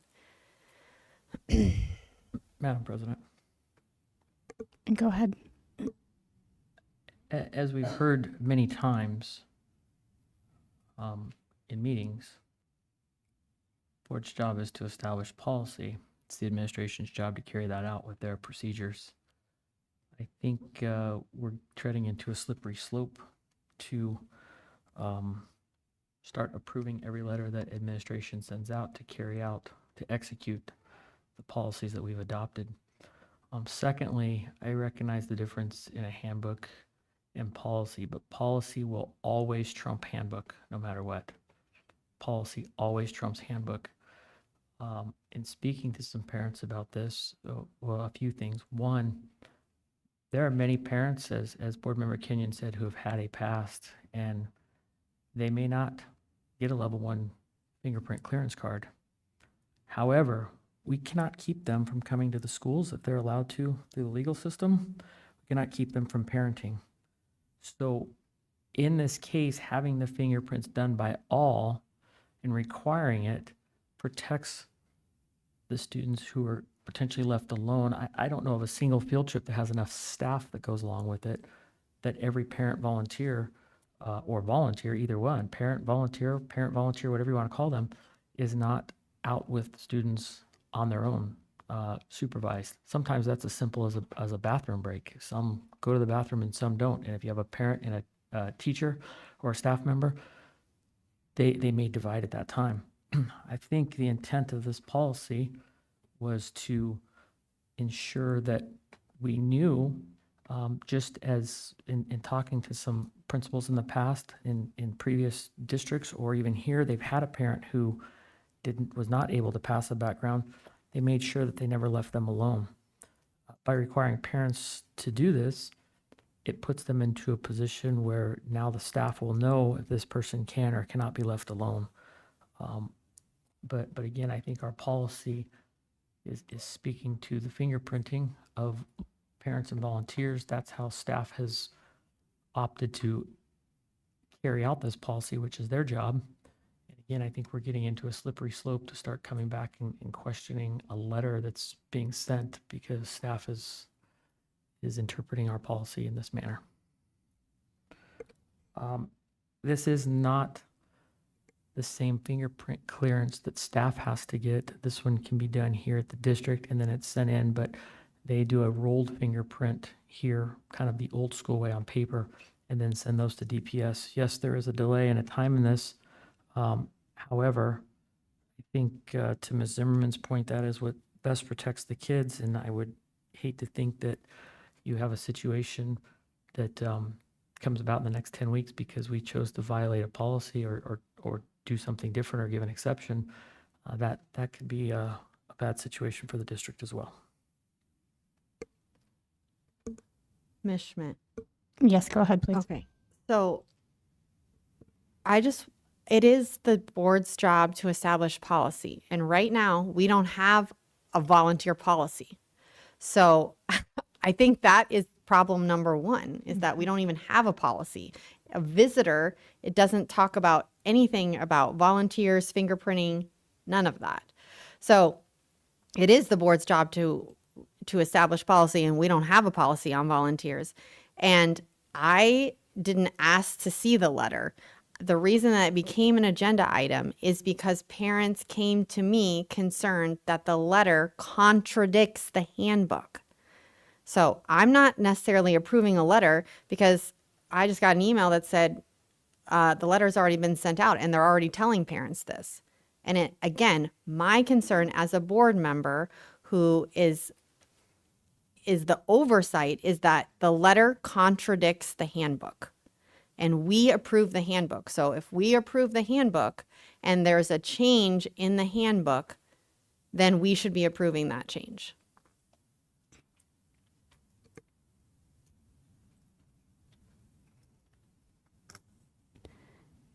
All right. Is there a motion to be made? Does anyone have a motion to make on this agenda item?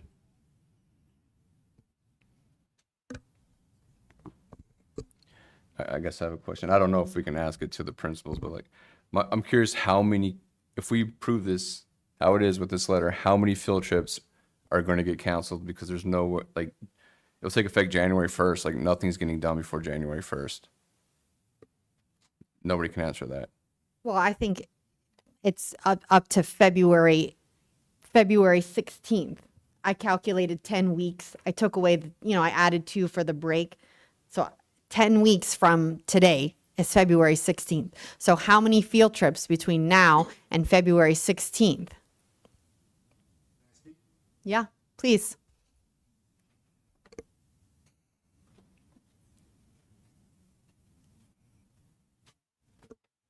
Madam President, board members, and Liberty community.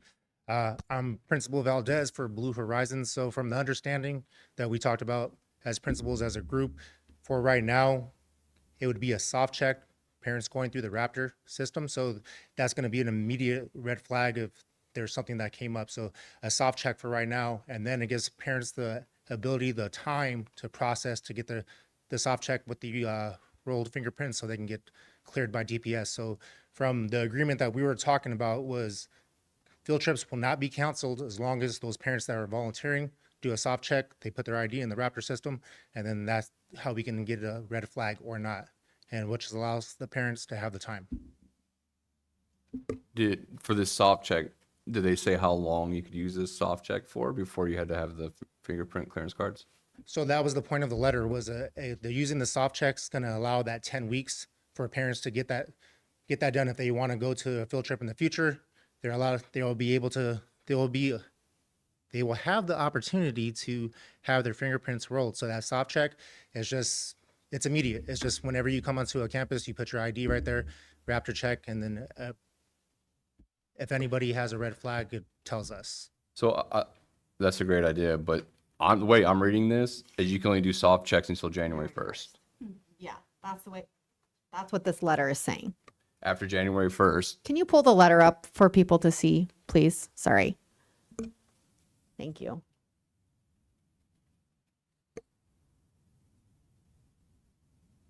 Madam President. Yes, go ahead. While they're pulling that up, I'm looking at the district master schedule. I don't see a single field trip scheduled through the end of February on the master schedule. It's not going to affect any field trips for the rest of this year. And then if you're seeing that till February, that's going to allow more time.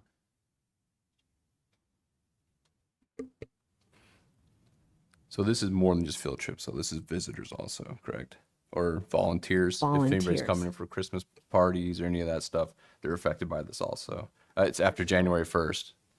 Because right now, like as a parent volunteer, I'm just going to take myself for an example. Okay. So before I was on the school board and I got my fingerprint one clearance card, I just submitted, I didn't roll my fingerprints at the district office, but I had a volunteer badge because I'm a parent.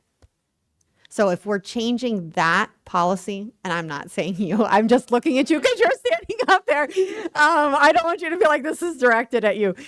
I just think that this is a bigger conversation for the board. No, 100% I agree. And then I'm just going to state that unfortunately, the reason why we have to review things like this is because adult behaviors led us to this point. And I'm not saying anybody in this room, but as adult behaviors, and at the end of the day, we're looking out for the best interest of the students. So me as a parent, I have 4 kids. I want to know who's in that classroom. And just because someone is a parent doesn't necessarily mean they have the greatest background. And so when I think about any student on my campus, I'm thinking about my child as well. So it's just a safety precaution, whatever it is. And it's because adult behaviors in the past around the world, in the country, in this state, that have happened. And then that's the reason. We're just best interest of our students. So did all the principals have input on this letter? On this letter, we spoke together with the cabinet. We spoke together with the cabinet, and then this is because it wasn't consistent. We have one school doing it and another school not doing it. It was not consistent. So being Liberty, we all wanted to be on one page as this is what we're going to do. So before the letter went out, soft checks are going to happen right now. And just so we can identify if there's a red flag right there, which is going to allow the parents to have the opportunity to have their fingerprints rolled. President Schmidt. Yes, please, Ms. Camerata. Mr. Valdez, can you verify who cabinet was in that meeting? It was myself, the other principals, and Dr. Moorhorn, and I don't remember the last person that was in there. Okay, when I mentioned cabinet, I'm just meaning like district representatives.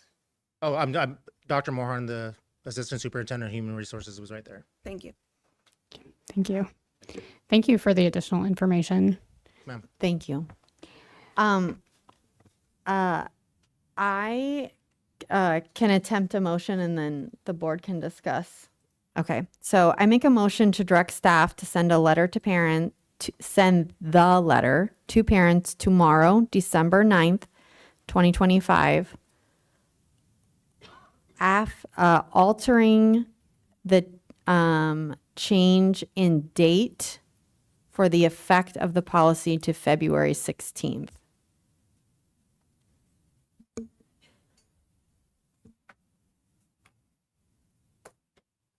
I'm going to try again. Yes, please. Okay. I make a motion to direct staff to send the letter to parents tomorrow, December 9th, 2025, Okay, with altering the change. the date that it will take effect Okay, to February 16th, 2026. altering the change in date. Mhm. Okay, so altering the date. Yep. The effective date Effective from January 1st. date from January 1. Mhm. To February 16th. Thank you. Thank you. So we have a motion. Do we have a second?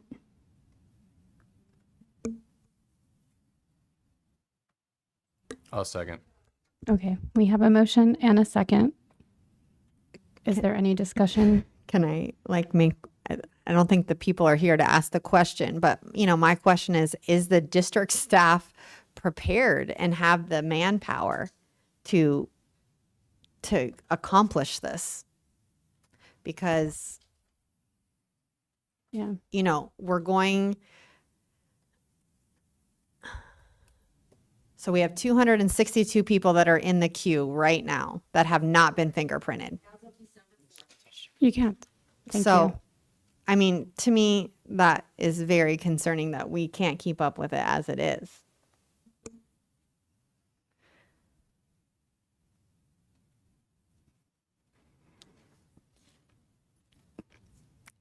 I hear your concerns. Unfortunately, Dr. Mahorn is not here to be able to address our questions about the letter or the staffing availability for this. President Schmidt, Yes, Ms. Camerota.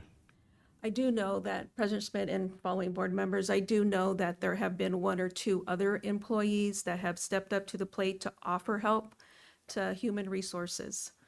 So I can't give you a definite yes or no that it could be accomplished, but I'm sure they'll try their best. Thank you for that. I just want to say, like, student safety is big. I want to make sure the parents can get in there. Mhm. I support the principals. If they're saying they had input on this, this is their schools. So I'm going to support what they came together and agreed upon. I do feel like we need to move the date a little bit just to make sure nothing does have to get canceled. Just 'cause I feel like there's a huge backlog, and it's just say in 2 weeks, nothing's getting done until after the 1st anyway. 'Cause everybody's gonna be on vacation. Thank you. President Schmidt, if I may. Go ahead, Mr. Kenyon. So I'm going to kind of stand by what I said earlier. I'm glad that administration has spoken about this and they think that this is the right way to go. However, I don't know how many parents they had feedback from on this, and what the community as a whole thinks about this. Again, I'm for the safety of the kids. If we do a rapid check on everybody because we're in that time frame of 2025 and everything that's going on around the world and in our nation, I'm okay with that, finding red flags on somebody that we may need to keep eyes on. But I don't want to be limiting or have something in place where if somebody can't achieve getting a fingerprint clearance card for the entire time up to 9 years of their children's lives in our district, they will never be able to attend a field trip. So that concerns me. There has to be something there that can assure that they can attend field trips, even if they can't get a clearance card. Madam President, if I may. Go ahead, please. I understand what you're saying. I don't know if we need to alter this and say they just can't go on field trips where they'll be unsupervised with students. Because if they're supervised, then I don't have an issue with them not having the card. I think to me it comes down to them being with children unsupervised is what it comes down to me. So I don't know if it's a wording. That's what this letter says, is participating in any field trip or unsupervised volunteer activity. I think they're thinking field trips have a high potential to be unsupervised because kids go off in groups everywhere. It doesn't say they can't come into their classroom and volunteer now. It doesn't say they can't do any of that. It specifically says in this letter to continue ensuring student safety and to comply with district policy and state guidelines, which is also another thing that I think this board needs to pay close attention to. All volunteers, including parent volunteers, are required to complete a fingerprint-based background check before participating in any field trip or unsupervised volunteer activity. That's what this says. It doesn't say they can't come It says volunteer in the or. classroom. Yeah, it It says, says or. Field Any. trip or, Or. So any field trip. unsupervised. Any field trip. Right, that's what that says. right. Because typically those, in every field trip I've ever been a part of, there's two or three classrooms. They all separate out and parents take kids and there's not enough staff to do that. That's why they bring parent volunteers along. And that's been happening for centuries, right? That's been Centuries. happening forever. So, So that's the idea is when you're on a field trip, there's a high propensity that you could be unsupervised. So therefore, you need to have a fingerprint clearance card or any unsupervised volunteer activity. That's not keeping anybody from coming into the classrooms and volunteering. It's not keeping you away from being on the copy brigade or copy committee, whatever that is. It's not preventing any of that from happening. The standard Raptor preliminary check that they do every time they come in, type in their information, their driver's license is covering that. okay, I do think, sorry, Mr. Kenyon, I hear what you're saying. I just think we need to create a policy so that we are more specific, because the way that this letter is written, it does say any field trip. And so I think if we create a policy that, because really we should create the policy first and then this should come after. And so we're really doing this backwards, in my opinion. But I think we've kind of been forced into this situation because decisions are being made, again, that contradict the handbook. So I think we're trying to fix a problem, but really we should be starting at the top with a policy. So Okay. So we have a motion and a second currently.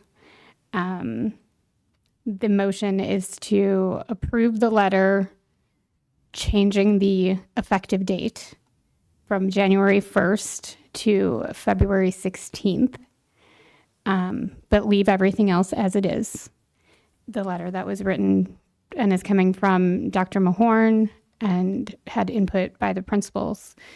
So we have that motion and second that we can vote on. I guess we are ready to take a vote on that. So we're voting on the motion to send the letter with the date change. So Mr. Todd, Can I ask for clarification? Clarify again, where are we changing the date to? oh, sorry, the date. Okay, Ms. Camerata will read the motion. Thank you. The motion will read to direct staff to send the letter to parents tomorrow, December 9th, 2025, altering the effective date from January 1 to February 16th of 2025. Or 26. 26, yes.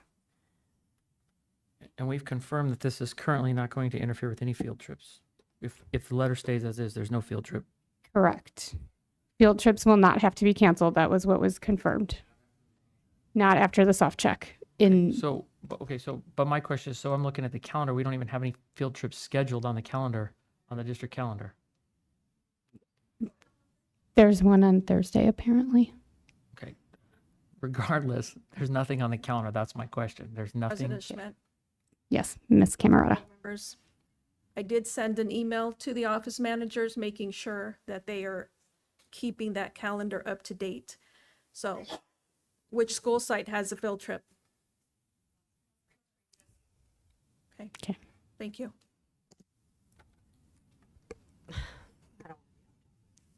Okay. Yes. So going back, we are currently voting on sending the letter with the change in the effective date to give 10 weeks time in order to give people time to get their fingerprint clearance done before that is the hard cutoff to be able to volunteer and go on field trips. So we're now again voting. Mr. Todd, Nay. Mr. Kenyon, Nay, and I'd like to explain after. okay, Ms. Zimmerman, aye, and I'd like to explain my vote as well. okay, Vice President Cirincione,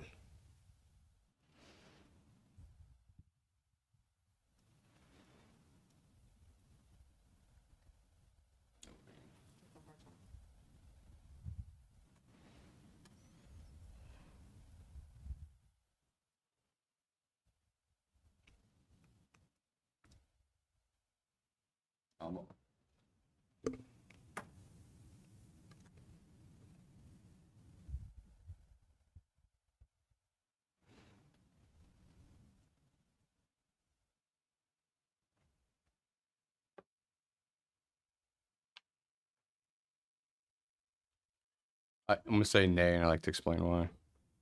All right. I'm going to say aye. So that failed with 2 aye and 3 nay. Mr. Kennan, would you like to explain your vote? Yes, thank you. I voted nay just because I'm a very strong supporter of parental rights, and I've seen government agencies and institutions take so much from parents, and I don't want us as a district to become that. I definitely am happy that administration is looking at after the safety of our kids, and if that's the true priority, that's a great thing. I just haven't seen any parental or community input into this, and I would really like to see that if this is going to be the way it goes. So that's why I voted nay. Thank you, Ms. Zimmerman.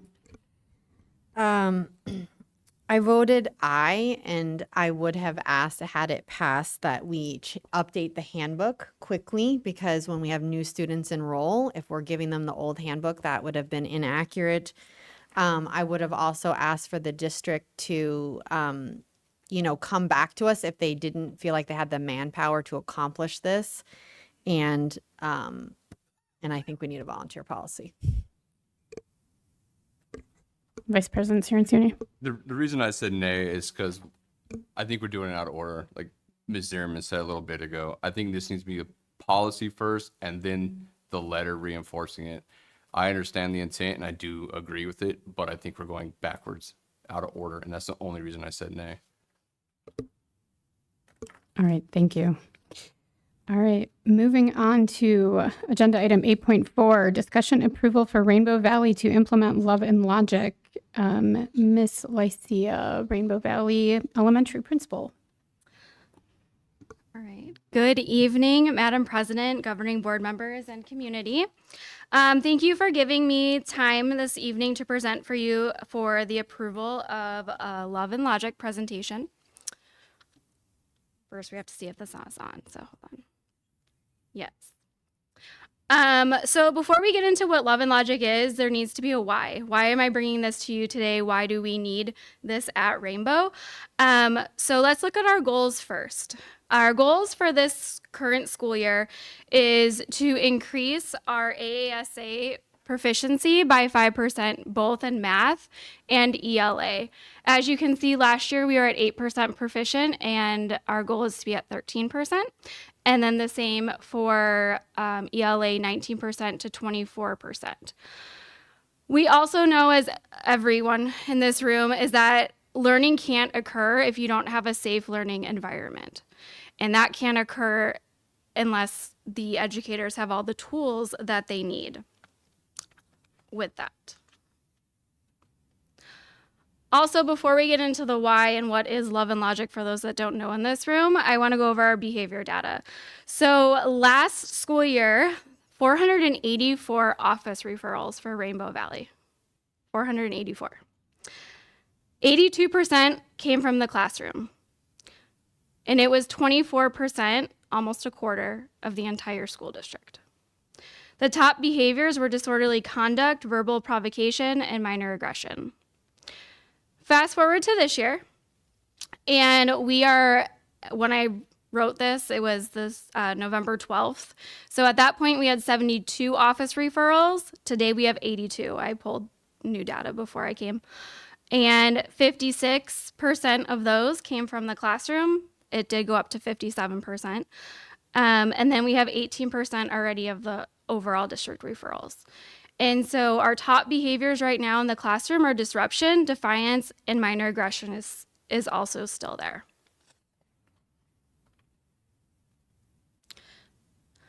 So what is Love and Logic? in the nine essential skills for Love and Logic Classroom, the workshop, teachers will learn practical strategies for creating a positive, respectful classroom environment while promoting student responsibility and decision making. The training will focus on building strong relationships, using effective communication techniques, and implementing proven disciplinary strategies that encourage cooperation, problem solving. Teachers will also explore ways to manage challenging behaviors and foster a supportive atmosphere where students thrive emotionally and academically. I had the amazing opportunity pre-COVID to attend a training in Colorado, the full 3-day summit of this, and I brought it back to my old school, which was in Maryvale. And once we got over the first hurdle of teaching classroom management techniques, my teachers were then able to start teaching because the classroom management was under control. And our students were able to learn again.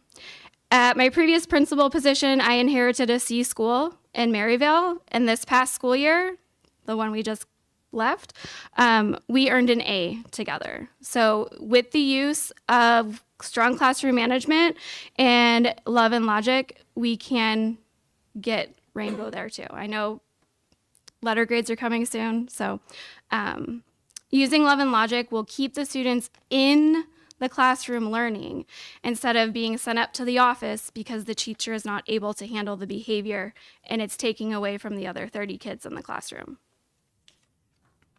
So now that you know the why and the what, here's a little bit more of the what. Love and Logic is an approach to working with students. It puts adults in control, it teaches kids to think for themselves, raises the level of child's responsibility, and prepares the kids to function effectively in a society filled with temptation, decisions, and consequences. Not only do they have a seminar for the teachers, but they also have one for the parents that goes right along with it, and so the parents are more than able to do this at home, so it's the same. There's 5 basic principles that the framework is based off of, and it's maintain the dignity of the child and the adult, share the control, share the thinking, use an equal dose of empathy and consequences, and that positive relationship. Positive relationships are so important from anywhere in life. If we don't have that positive relationship in your classroom, the educators in this room, I mean, think about it. Do your kids come to school if they don't like the teacher, if they don't feel comfortable? No. And so that positive relationship piece is very important. There's 9 essential skills that the framework does go over. My favorite one is the first one, neutralizing arguing. I have 2 teenage boys at home, 14 and 15, 15 and a half tomorrow. He keeps reminding me. But neutralizing arguing, you know, they're arguing nonstop. They want this, they want that. But the moment we start arguing back and forth, you start to lose that power and that control. And so you can neutralize it by just leaving a one-liner and walk away, which for junior hires, I can argue on Friday at 8 a.m. if you'd like. And they all, what, Friday, 8 a.m.? We don't have school on Fridays. Well, I'm not arguing right now. We're learning. It's time to move on. Delayed consequences. It's not that they're not going to get a consequence, but it just might not happen right in the moment. Empathy, short-term recovery, positive adult-child relationships, again, is there. Setting limits with enforceable statements, sharing control with limits, quick and easy preventative interventions, and guiding kids to own and solve their own problems. So what I'm requesting for a Rainbow is a full day of training for all of Rainbow staff, not just the certified staff, but the hourly, everybody. Because once everyone is trained, it can be implemented school-wide. The quote is $3,000 for the professional development. That includes a full day of training. And then it should say 4 days of coaching, not 4 hours, I'm sorry. 4 days of coaching with the consultant. And the coaching days are built in for those that we know need a little bit extra help with classroom management. And then once the expert per se is gone after the full day PD, the leadership team, myself and Ms. Capristo, my AP, will continue to support the implementation of Love and Logic long after the person is gone. So I'm here to request that approval tonight from you. I'm sure you have questions. Thank you for your presentation. Questions from board members? Madam President, Yes, please. thank you so much for the presentation. I have two questions. We're almost the halfway mark of school, right? For days wise. So if you go back to your first slide, This one? yeah, I'm sorry, go the next one. Sorry. One more. The That behavior? one, right. Yeah. So you've cut your referrals down a lot. That's amazing. So I just want to bring that to attention. So I know 72 looks like a lot. It is, but you guys are doing something because you brought way down. It should be around 200 if we're on track from last year. So I want to point that out. And then another thing I want to do is we have the behavior matrix, which is part of our policy. How are you going to ensure that anything you implement here doesn't go against the behavior matrix? Yes, we will not go against the behavior matrix. There'll continue to be consequences as deemed appropriate on the behavior matrix. I have that bookmarked on my Safari, and Ms. Capriso and I use it very often. So we will still ensure that those office managed type behaviors still keep coming to us and that we're supporting teachers through that as well as the students and the parents. Madam President, if I may. Go ahead, please. Thank you for the presentation. I have a couple questions. One is how would the parents access this at home? You said that there's a place for them. Yeah, absolutely. So he's a good colleague, Mr. Kirby. He is the one that I met in Colorado. He actually lives in Gilbert. And he is the one that would do the training for my teachers. And then I might have misspoke, I'm sorry. We can bring him back to do parent workshops, both in Spanish and English. We do have a high population of Hispanics. But parents can also, there's tons of it on YouTube that they can access as well. And then I do have the workbook that I could, send home. Not the whole workbook, just the important pages. And where I previously came from in Maryvale, I did do a lot of coffee talks where I had the parents come in and we would do one essential skill each time where the parents would also get the same, not the same training because it's not from the expert per se, it's from me, but they would still get the skills. All right, thank you. So this next question is going to kind of be, well, I'll just ask it because I know I've done a little digging in this and it is very strongly tied into what we'll consider as SEL, right? So if that is going, well, okay, but this ties us to federal funding. It does. And so if we say go ahead and teach the staff this, that goes against what we had signed in the past to the federal government saying that we don't have any SEL DEI practices in our district, which then could cause the federal government to cut some funding from us. So I don't necessarily disagree with the idea. I like some of the principles here that you have. Obviously, you're making an impact. We can see it on the screen, right? And so I would be more of the idea of if you could, since you already know a lot of this, kind of take what we can from the program, but not implement it, if you know what I'm saying. I do not want to risk our federal funds, right? I know this is basically it's $6,000 and there would be some money put in there, right? That was kind of part of the 3,000, but yeah. Well, yeah, the district would be on for, but there's a discount. Oh yes, right? it was 6,000, but he gave us a discount of right. 50% off. So, but with that being said, again, do we as a governing board want to gamble with this? I'm not saying it's a bad program. I'm saying that this is going to put us in a sticky situation. So I knew you'd have someone would have that question. Just because it's my very first board meeting. You asked me about, what is it called? Thank you. Leader and me. And I was like, I don't know, I'm new, right?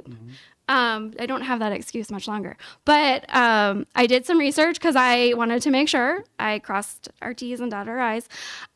So it's not SEL. SEL programs explicitly teach skills such as self-awareness, emotional regulation, social awareness, and decision-making. Love and Logic does not provide a curriculum or lessons for students to learn social emotional skills.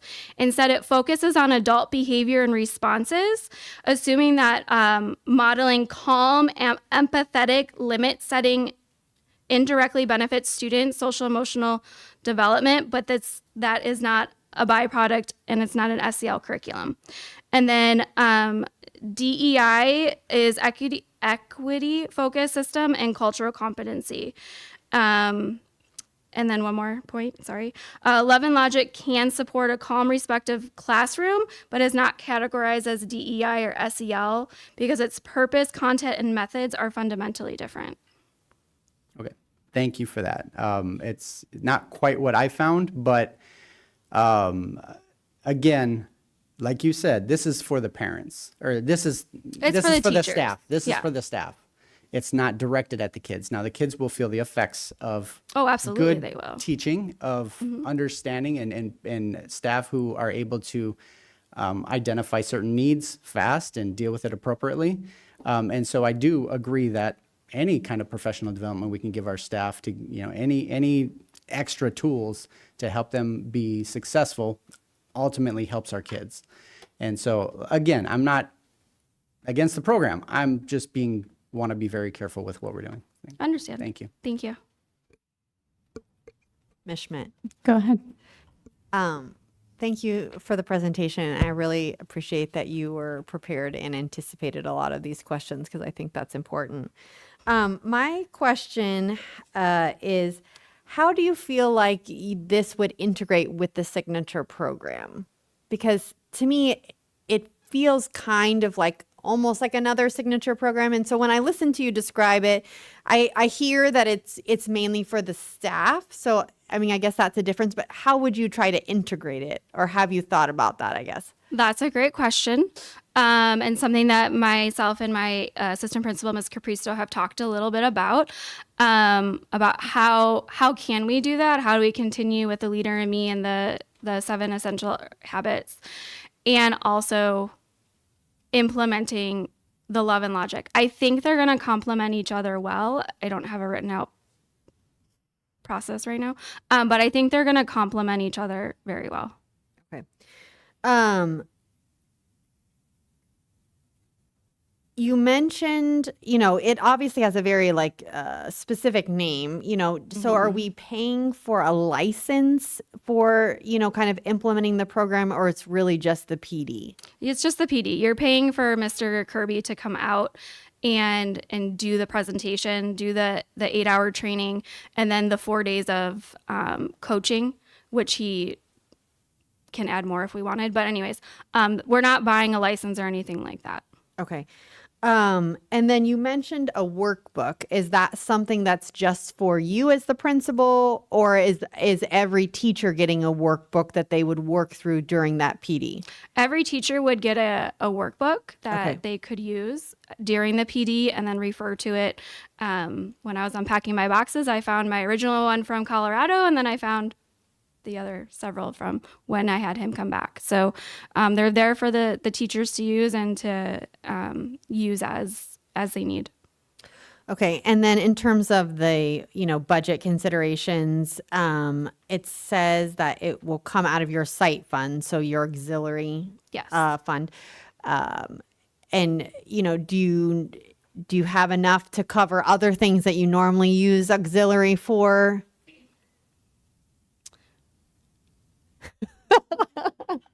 I know I don't have the right answer for you right now, and I am a very honest, transparent person. I know that there's money in the budget for professional developments, and so this is so hypothetical right now, but let's say they typically do a Kagan training in April and they send the teachers to the 3-day training in Vegas. We might not be able to do that this year because we're going to do this instead, sort of thing. I'm still learning the budget. Okay. I Miss do reach out to Miss Mosher quite often.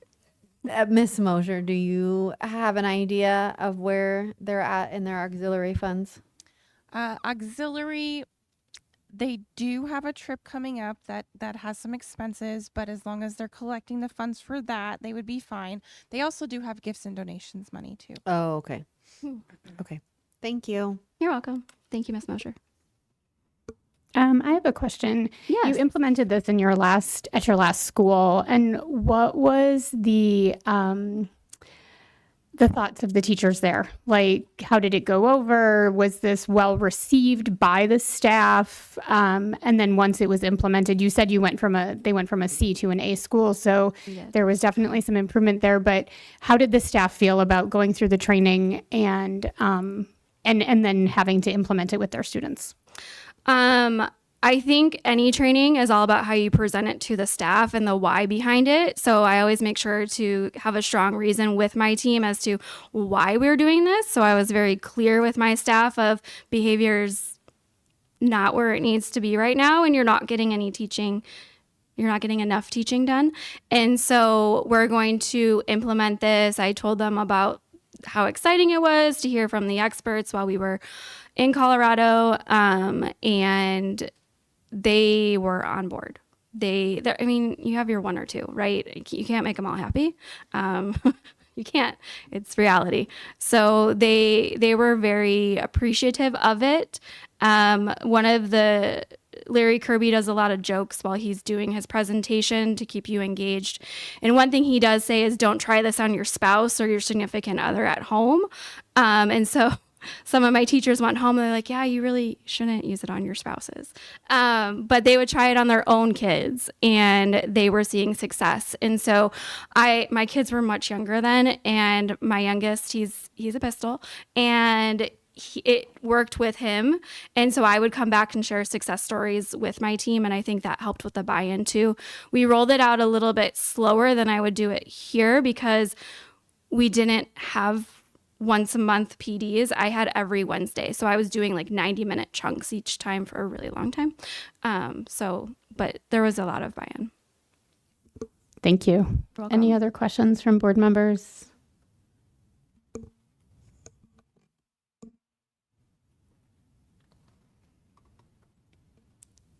Okay. Nope.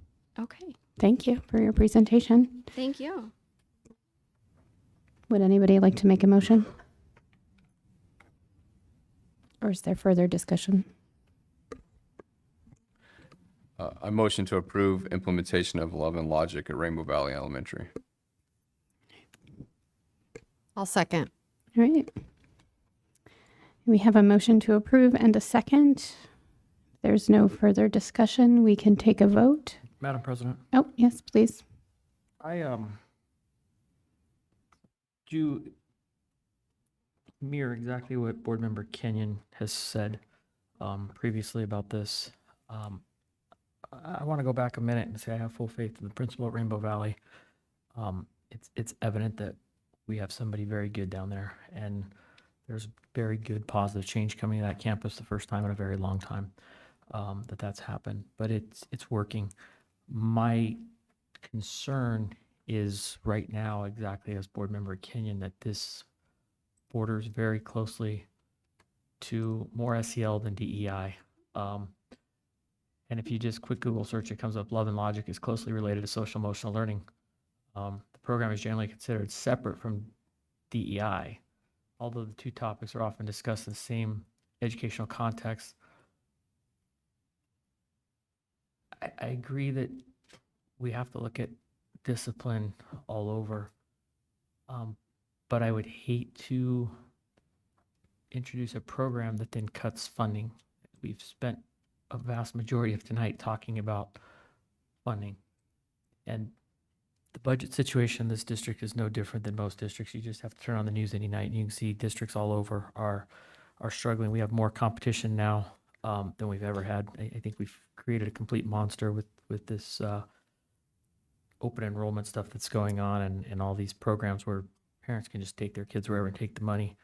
And so we have to be very careful. And I would like to at least implement a procedure, and I know Peoria has done this a couple times, where the organization drafts a letter that clarifies that their program is not DEI or SEL related. I think we could reach out to Peoria and ask them for a copy of it. I was seeing one of their board meetings they did with an internship program for their high school program, but they had a rather lengthy discussion about it. I thought it was a good discussion. It was based on the same thing. It's not that they didn't like the program, it's that they didn't want to lose funding. And we certainly don't want to be here in 2 weeks, 3 weeks, 6 months, a year and find out that we're losing funding, or always the worst case is they gave it to us and now they want us to pay it back. So I do think we should require that to at least be a part of this, or perhaps have staff reach out to the federal Department of Education, who's kind of making the sole decision on if something is SEL or DEI related, and get their approval on that first. Excuse me. So that we don't have to pay money back or lose money, and that would protect us. But I do have faith in our principal to make good recommendations. It's just the political climate of what's going on at the federal level with SEL programs and funding. So I suppose we could maybe even offer an amendment to amend the motion to have this company draft a letter that says it will not be SEL, DEI related. We can get some language from Peoria instead of trying to do it ourselves. I'm pretty sure they did that. Madam President, if I may. Yes, go ahead.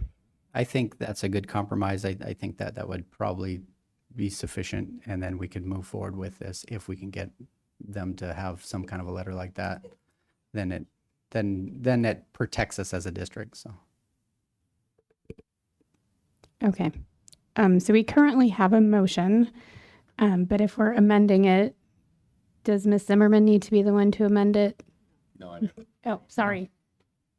Vice President Cirincione is the one who made the original motion. I apologize. So would you like to amend it, or would you like to leave it as it is? Can you make a motion contingent on something? You can. Yeah.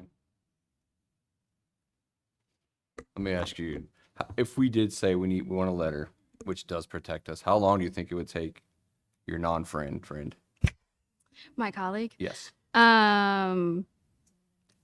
I don't want to hold him to a time frame, but he's very quick. I got Okay. the invoice within hours, so I'd Okay. say 24 or 48 hours.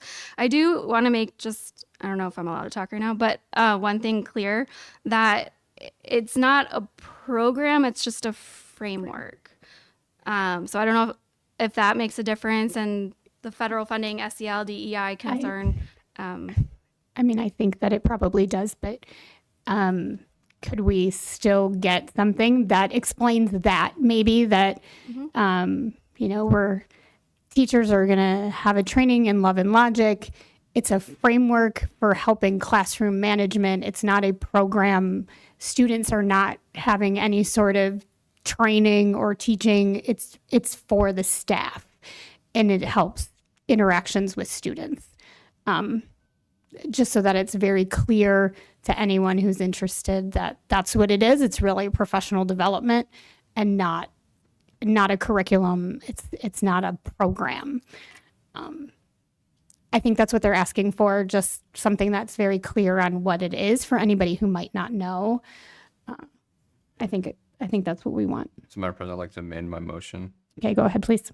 Motion, where'd it go?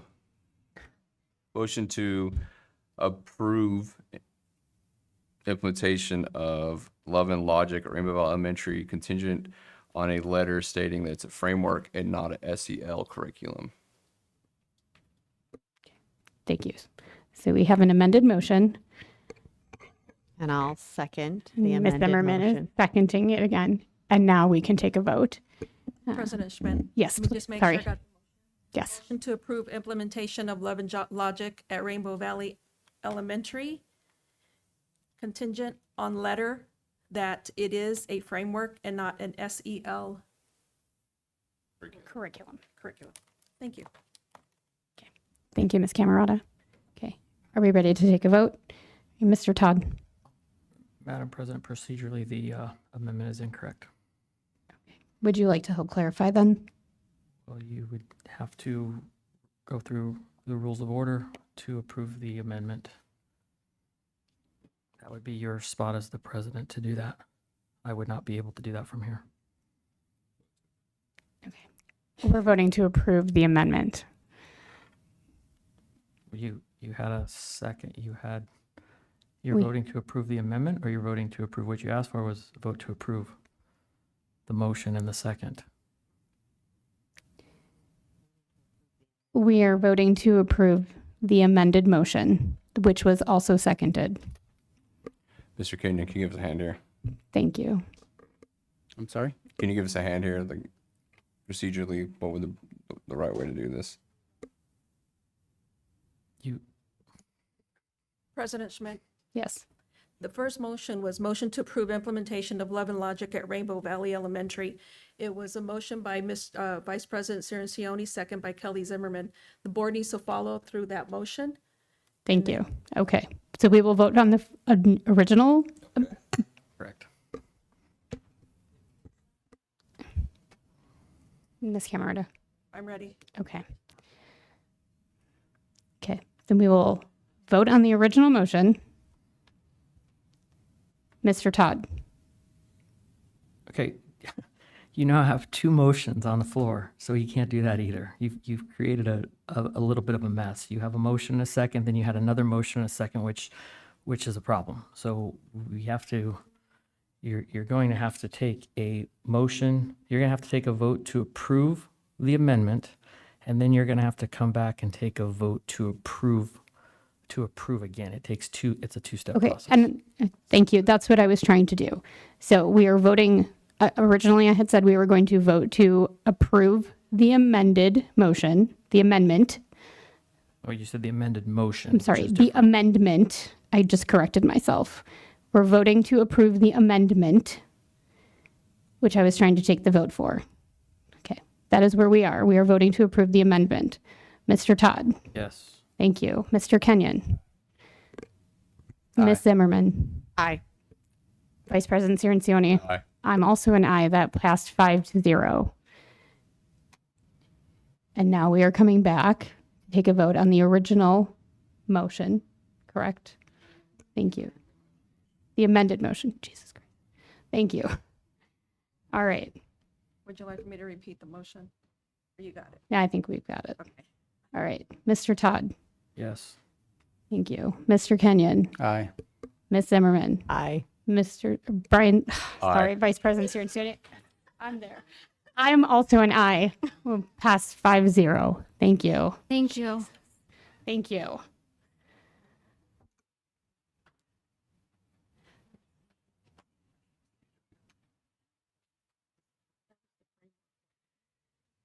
Okay. Can we take a recess right now before her about to say did pass?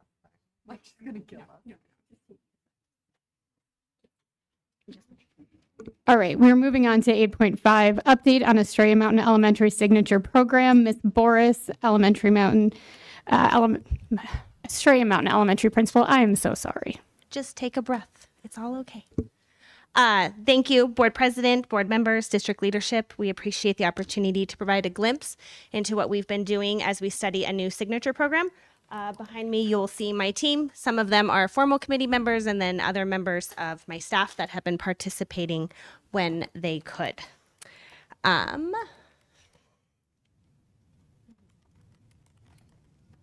So our official committee members are listed here, and they have participated in 3 or more of those meetings that we have held. The committee work that we have done, you can see here in this photo.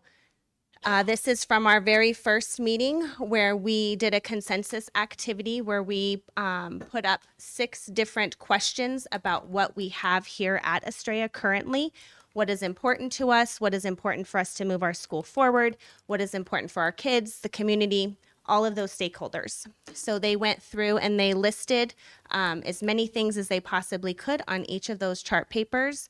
We came back and had a conversation, and then they went back through and they put dots on the things that they wanted to make sure that we captured for the meetings moving forward.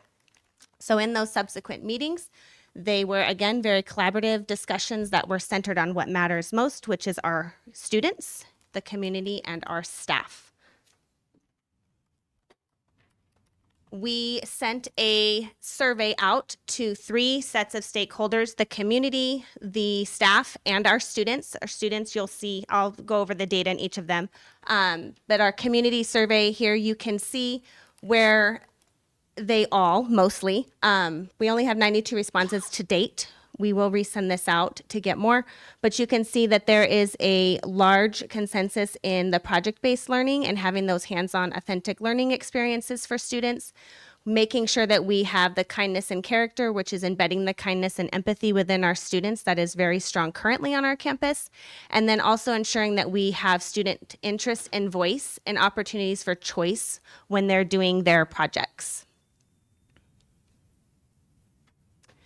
Within our student survey, we gave this to 5th through 8th grade, and this actually left me feeling really proud as a principal, and we had a really good discussion when we went over this data as a team, that how many kids in 5th through 8th grade, and I can speak for myself in 5th through 8th grade, I would not have answered this when I was asked what was most important to me to go to school. It was to be with my friends and probably read a book, not necessarily preparing for my future, doing my best and learning a lot, and then being creative and trying new things. So for us as a team and a staff, we felt that we're doing something right here at Estrella. So how do we, again, capture those core values and continue to move our campus forward in whatever direction that we go?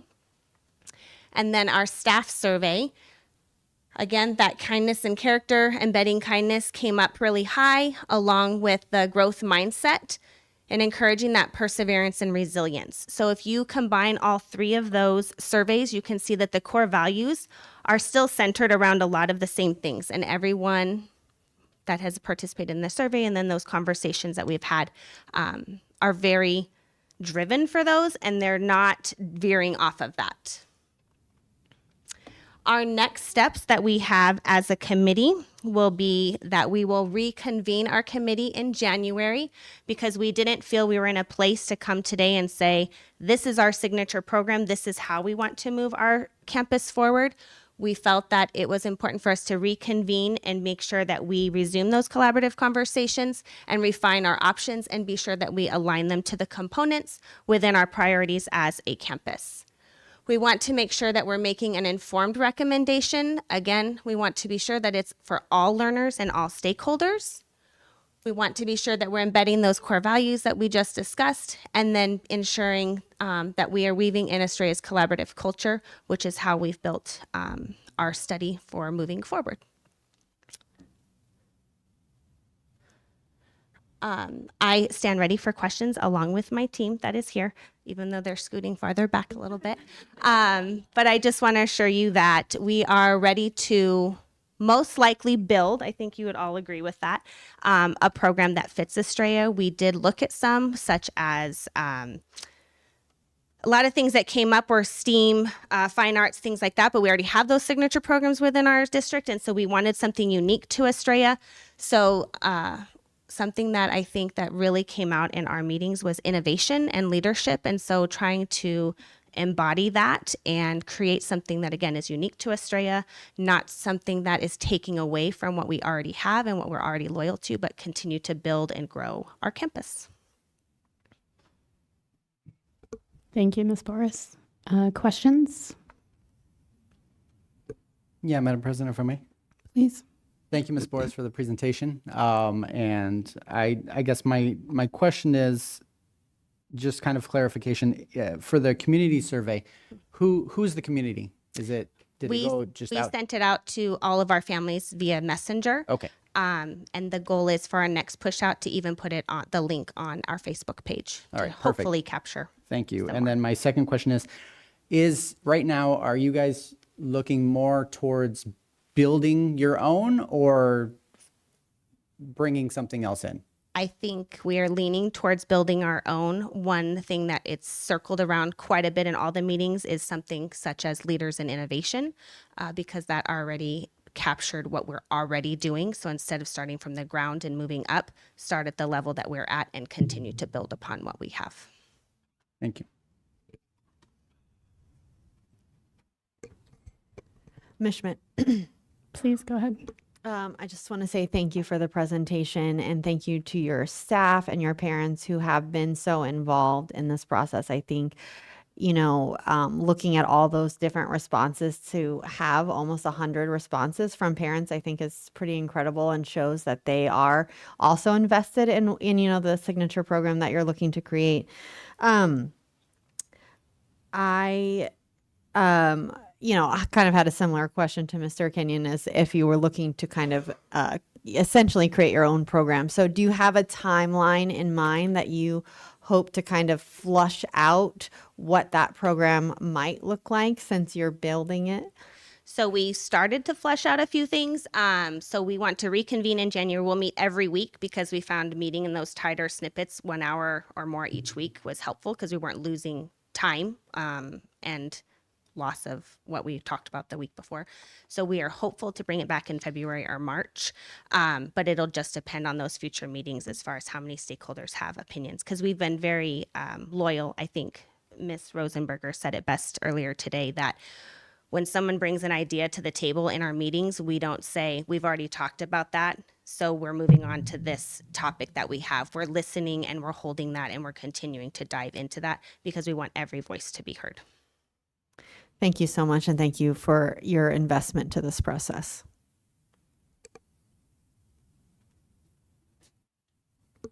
Any other questions or comments for Madam Ms. President. Flores? Go ahead. It was a while ago since the last presentation. Ms. Camerata, can you pull up the minutes? I thought we were supposed to have a recommendation by December for two to three proposals. Is that? You are correct. We were hopeful to do that, but when we had a lack of leadership at the beginning, getting this off the running, because Mr. McDonald had started the process with us, it fell short. And so that's why I came with an update. I talked with Dr. Mohorn last week to ensure that I brought an update.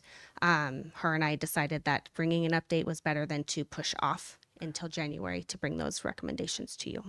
All right. Thank you. Thank you for that. Any other questions?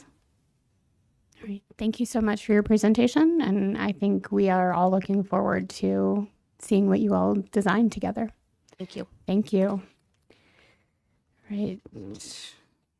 Moving on to 8.6, the ADE school letter grades. Ms. Michelle May, Director of School Improvement. Good evening, Madam President, members of the board, and community. Tonight, you will hear an overview of Arizona's A through F letter grade accountability system for the K-8 schools. You'll hear an explanation of the 2025 A through F school accountability framework. We'll review the 2025 A through F component points, and we'll showcase the letter grades for each school. So this is the framework that is currently being used by ADE. So they use the model, the pie chart. Again, the pie chart is 100%. So since it's 100%, each percentage could actually be considered points. So in the table to the right, you'll see that as points. And then that's why in the pie chart, it's percentages, they equate to each other. And at the bottom, you see the cut scores or the thresholds for the different letter grades. So 50% of the letter grades comes from student growth. Proficiency or the outcomes is 30%. EL weighted percentage points is 10, and then the accelerated readiness is also 10. So points, percentages, kind of the same thing in this framework. So what is accelerated readiness? There's a maximum of 10 points that can be earned in various ways. So on the right, you'll see the parentheses with the the number. That's a possible points for that component, that indicator. But again, the maximum points possible to be earned is 10. So how can you get to 10 points? The first indicator is the grade 8 math performance. So increasing your highly proficient students and decreasing the minimum proficiencies. The second way is your grade 3 ELA, minimally proficient students go down. So reducing the minimum proficient students or the percentage to less than 12% is how you could earn those 5 points. The other way is chronic absenteeism. So you can earn a possible 2 points there, reducing that from 1 year to the next, or reducing your chronic absenteeism, that's at CA, to less than 4%. You can also earn 6 possible points through your subgroup improvements. That is either ethnicity, ELL, special education, or free and reduced lunch, so your economically disadvantaged students. And the last way is through your special education inclusion, reducing the enrollment in your special education classes, increasing their time in the gen ed setting. The EL is determined through the Azella assessments, through equal weights, 5 points each of your proficiency and your growth, for a total of maximum of 10 points. And then you can also earn bonus points. Up to 5 bonus points can be earned through your special education enrollment. So you can earn 2 points by comparing the students at a school, so whichever school, to the state percentage of SPED enrollment, and you can earn those different points, 0, 1, 1.5 to 2. And then your science proficiency on the AZ Sci, you can earn a max of 3 points there. Again, increasing your science proficiency compared to the state average. So let's look at the trends, the historical trends from 2018 to 2025 for the district and school. So here we have Blue Horizons. They started receiving their letter grade in 2023. And on this table, each time the grade increased, that's where you get the green cell. If it went down, that's where you get the red cell. So for Blue Horizons, 2023, it was labeled as a C. In 2024, it increased its label to a B. That's why you got the green cell there. And it maintained a B. That's why it is transparent. Hopefully that makes sense. Estrella Mountain had B label until 2022. Well, it earned its first A and has maintained that A letter grade, as Ms. Boris stated, and great job there. Freedom Elementary was a C until 2024. It increased to a B and it is maintained. Las Brisas Academy was a B. In 2023, it increased to an A. 2024, it declined to a B. And last year, it increased back to an A. Liberty Elementary School was a C. In 2019, increased to a B. 2022, dropped to a C. Increased again to a B. And then to an A and has maintained that. Rainbow Valley Elementary School was a B, declined to a C, held at a C until 2024, would increase to a B, and last year declined to a C. Westar Elementary was an A in 2018, decreased to a B in 2019. 2022, it went up to an A, went back down to a B in 23, up to an A in 24, and has maintained that A label. And then you can see the district letter grade there showing consistent B ranking. So here is each school and their total points. Focusing more on 2025. I don't know if I have a laser light on this. I wish I did. But there's 2 schools, LBA and LES, who increased their total overall points. So again, kudos to them. Great job.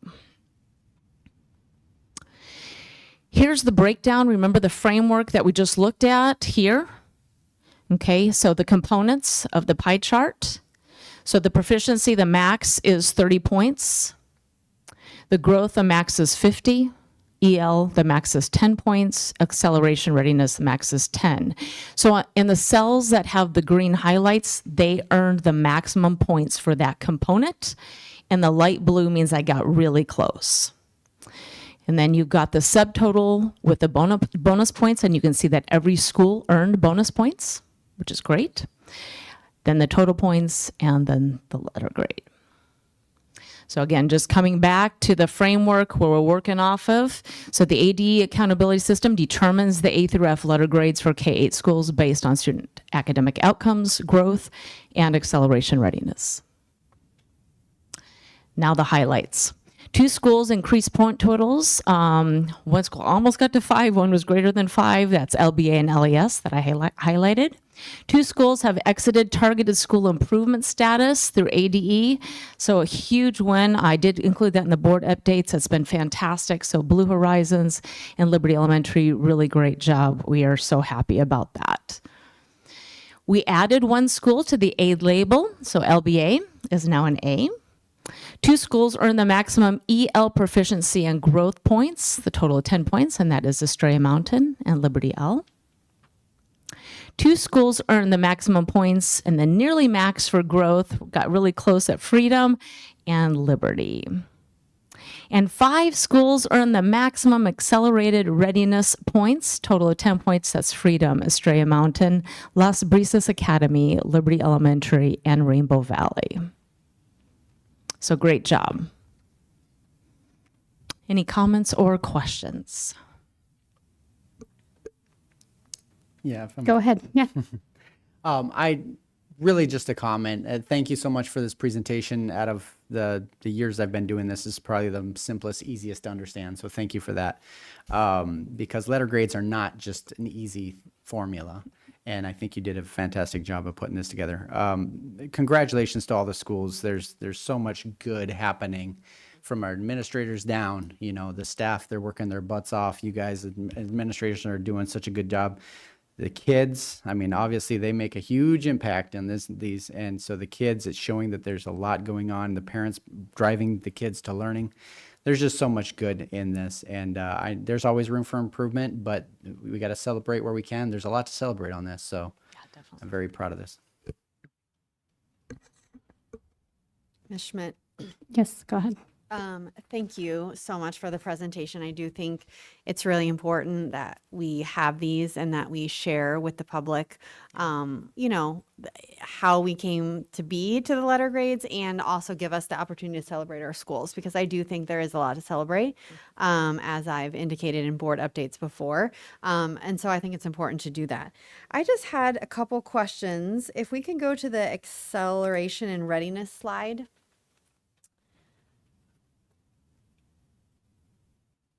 Oops, did I skip it? No. This one. Yes. Okay. So, you know, the kind of the indicators are more than 10 points. So do you kind of get to pick and choose what you take, and then you can use any of those to get to 10 points? That is a great question. So no, it is basically as your school is demonstrating these different indicators, it could end up to, what is the total up there? 10, 18, 20 possible there. So the most that the school can earn is 10 points. So maybe the school gets all of those indicators. So they don't pick and choose. All are on the table. So maybe one school meets all the criteria and gets a total of 20 points. They aren't getting 20. The max is 10. So maybe one school gets 6 at a subgroup improvement, and maybe 2 for the special ed, and maybe 5 for grade 3 ELA. That's more than 10 points, but they met all those criteria. They only get a maximum of 10 points. Okay. But they're not selecting like which ones they're going after. All are on the table at all times. That's helpful. Thank you. And then for the subgroup improvement, who is choosing what subgroup they're looking at for each school? Is it different for each school? No, they're all on the table. So all those subgroups are always being looked at. Okay. In fact, 2 of our schools ended up in targeted school improvement because of a subgroup population that didn't meet proficiency standards. And so they are always all on the table. Okay. And then in terms of, you know, the work that you're doing with staff, with principals, are you taking this information and looking at our goals and our KPIs and evaluating kind of where we are in our strategic plan? Most definitely. In fact, that's what I'm passionate about as a director of school improvement, is looking at the data. Dr. Ed Sloat, the director of research, and I work closely. In fact, he is the mastermind behind this. Just want to give him the kudos for that. But in the July leadership meeting, administrators looked at their data, the specifics. We break it down all the way to the grade levels, ELA, math, even look at science. We look at the subgroup population, and Dr. Sloat uploads that into the DAP. So at any time, we have all that at our fingertips to dive more into it. So we did it in July under Mr. McDonald.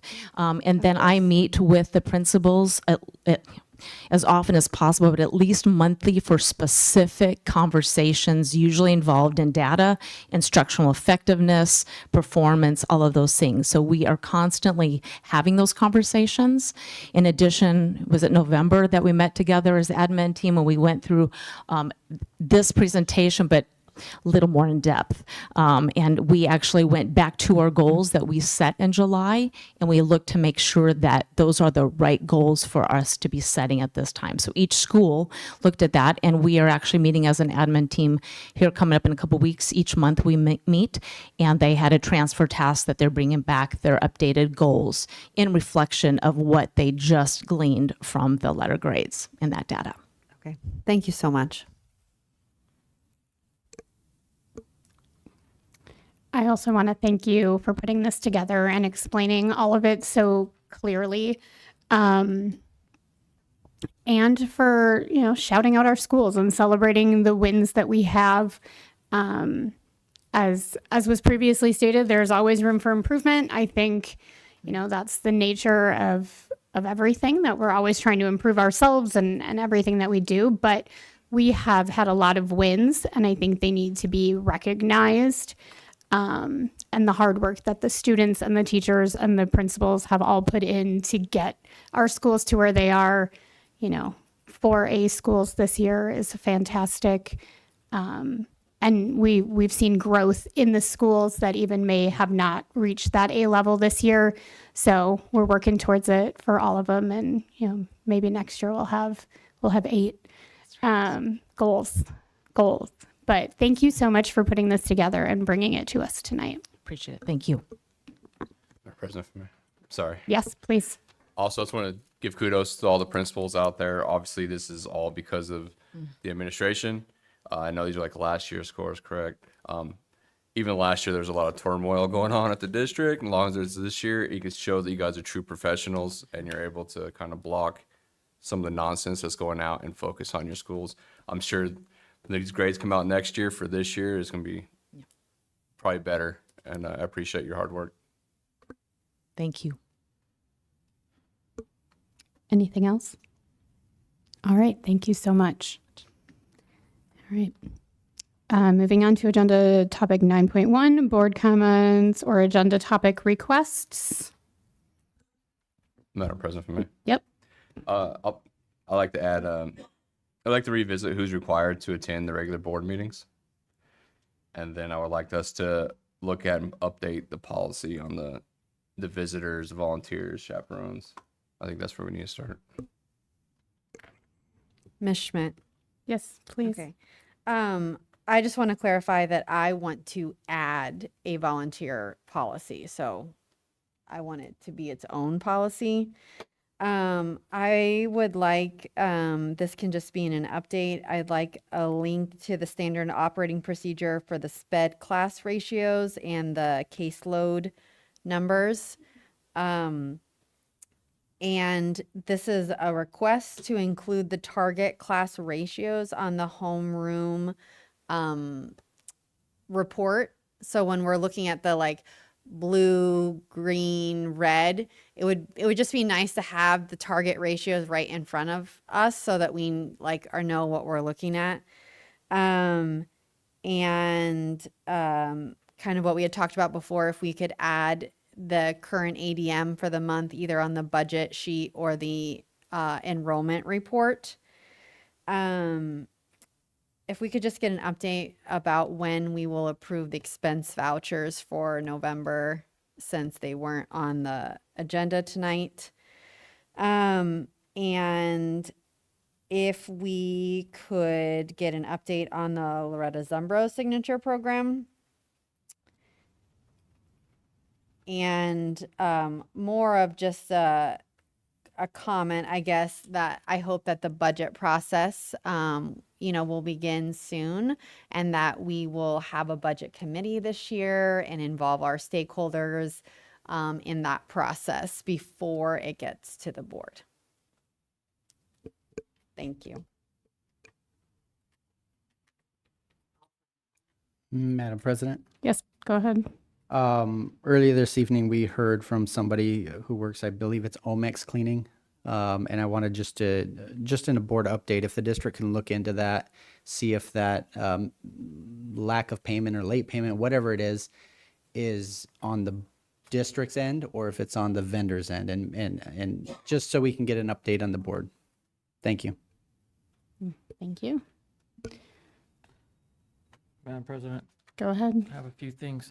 Touching on the Omex issue, I'd like if staff can give us an update tomorrow. I got a pretty good idea. It's the answer to that, but if you can send the board an update, and then I think we need to also look at this as a board. If we're hiring contractors that aren't paying their employees, we need to make some changes pretty quickly. So I'd ask for that to be urgent. I would like us, I agree also on the request from the other board members for a policy on the volunteer. I'd like to create a policy on stipends, to include how we calculate those stipends, create some sort of a form so we know that HR and finance has signed off on them, and have a full policy on how we calculate stipends, because I'm hearing that it's being done differently for different folks. So also would like to get an update on the website, where that's coming. We've been hearing about it for a while, but I think it's time for another good update and some timelines of when it's going to be completed. I would request that when the agendas are done and created, that the staff liaison is present, or we name somebody else that can be here to speak for that. Just to have nobody available to speak for a topic is a little rough. Everybody's entitled to vacation time and that, but we need to make sure we have the proper staff liaisons present.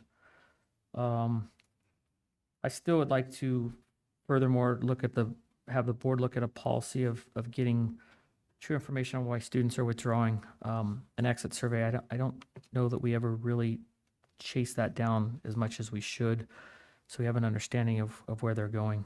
Right now, we just know numbers leave. There's so many variables that cause that, and we need to understand it. I'd like the board to create a directive to staff for job fairs and start those no later than the middle of February with multiples. So if we can get that agendized pretty quickly. We won't be meeting again until January, so that'll be neat. Then I think we need to make some revisions to the handbook, but I guess I'm confused. We have a handbook and we have a policy. Policy always trumps the handbook, so we probably need to add some language to our handbook that always directs people back that the policy is the final say. We in the past have had presentations from each campus on their goals, a performance for each year. We got those last year, but I'd like to have a presentation from Ms. May on how the campuses did based off their goals from last year, how they did this year, and then we're gonna need new goals set for the following year. So that should be coming up soon. And that's all I have at this time. Ms. Camerata, did you get all of that? Impressive. Sounds good. Just checking. President Smith. But can I just remind the board members that Yes. you will enter it in the log? Thank you. Yes, thank you for that reminder. All right, moving on to agenda item 10.1, upcoming board meetings. There is one that is missing from the sheet. So just as a reminder, on this Thursday, December 11th at 5:30, we are having a work study session here. And then upcoming meetings, Monday, January 12th, 2026, we have a special board meeting and a regular board meeting. Monday, January 26th is potentially a special board meeting if necessary, which, based on the fact that we're looking for a new superintendent, would make sure to mark it on your calendars and be ready. Monday, February 9th is a special board meeting and a regular meeting, and then Monday, February 23rd, again, another special board meeting, but same, because we're really hoping to get superintendent stuff done by the end of February at the latest. Madam President, if I may. Yes, go ahead, please. So I just would like the board to know, this Thursday's meeting, it's unfortunate, but it was placed on a date that there's a lot of events, holiday events, Christmas events going around the district, and my kids will be in one, and so I probably will not be in attendance during that meeting. Thank you. That'll be the same for me. Okay. I will comment on that I spent the good majority of my weekend trying to arrange this meeting.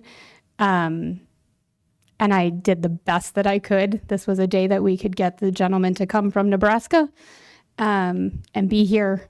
And so I truly hope that everyone can make it. But I also understand if you feel other things take priority, and that is choices in life. So I apologize to anybody who can't make it, but I truly did the best that I could and tried to get it in before Christmas break. Otherwise, we were going to get pushed to mid-January just to get started. So I didn't think that was a good choice either. All right. And with that, we're at 11.1 and the adjournment of the meeting at 8:26 p.m.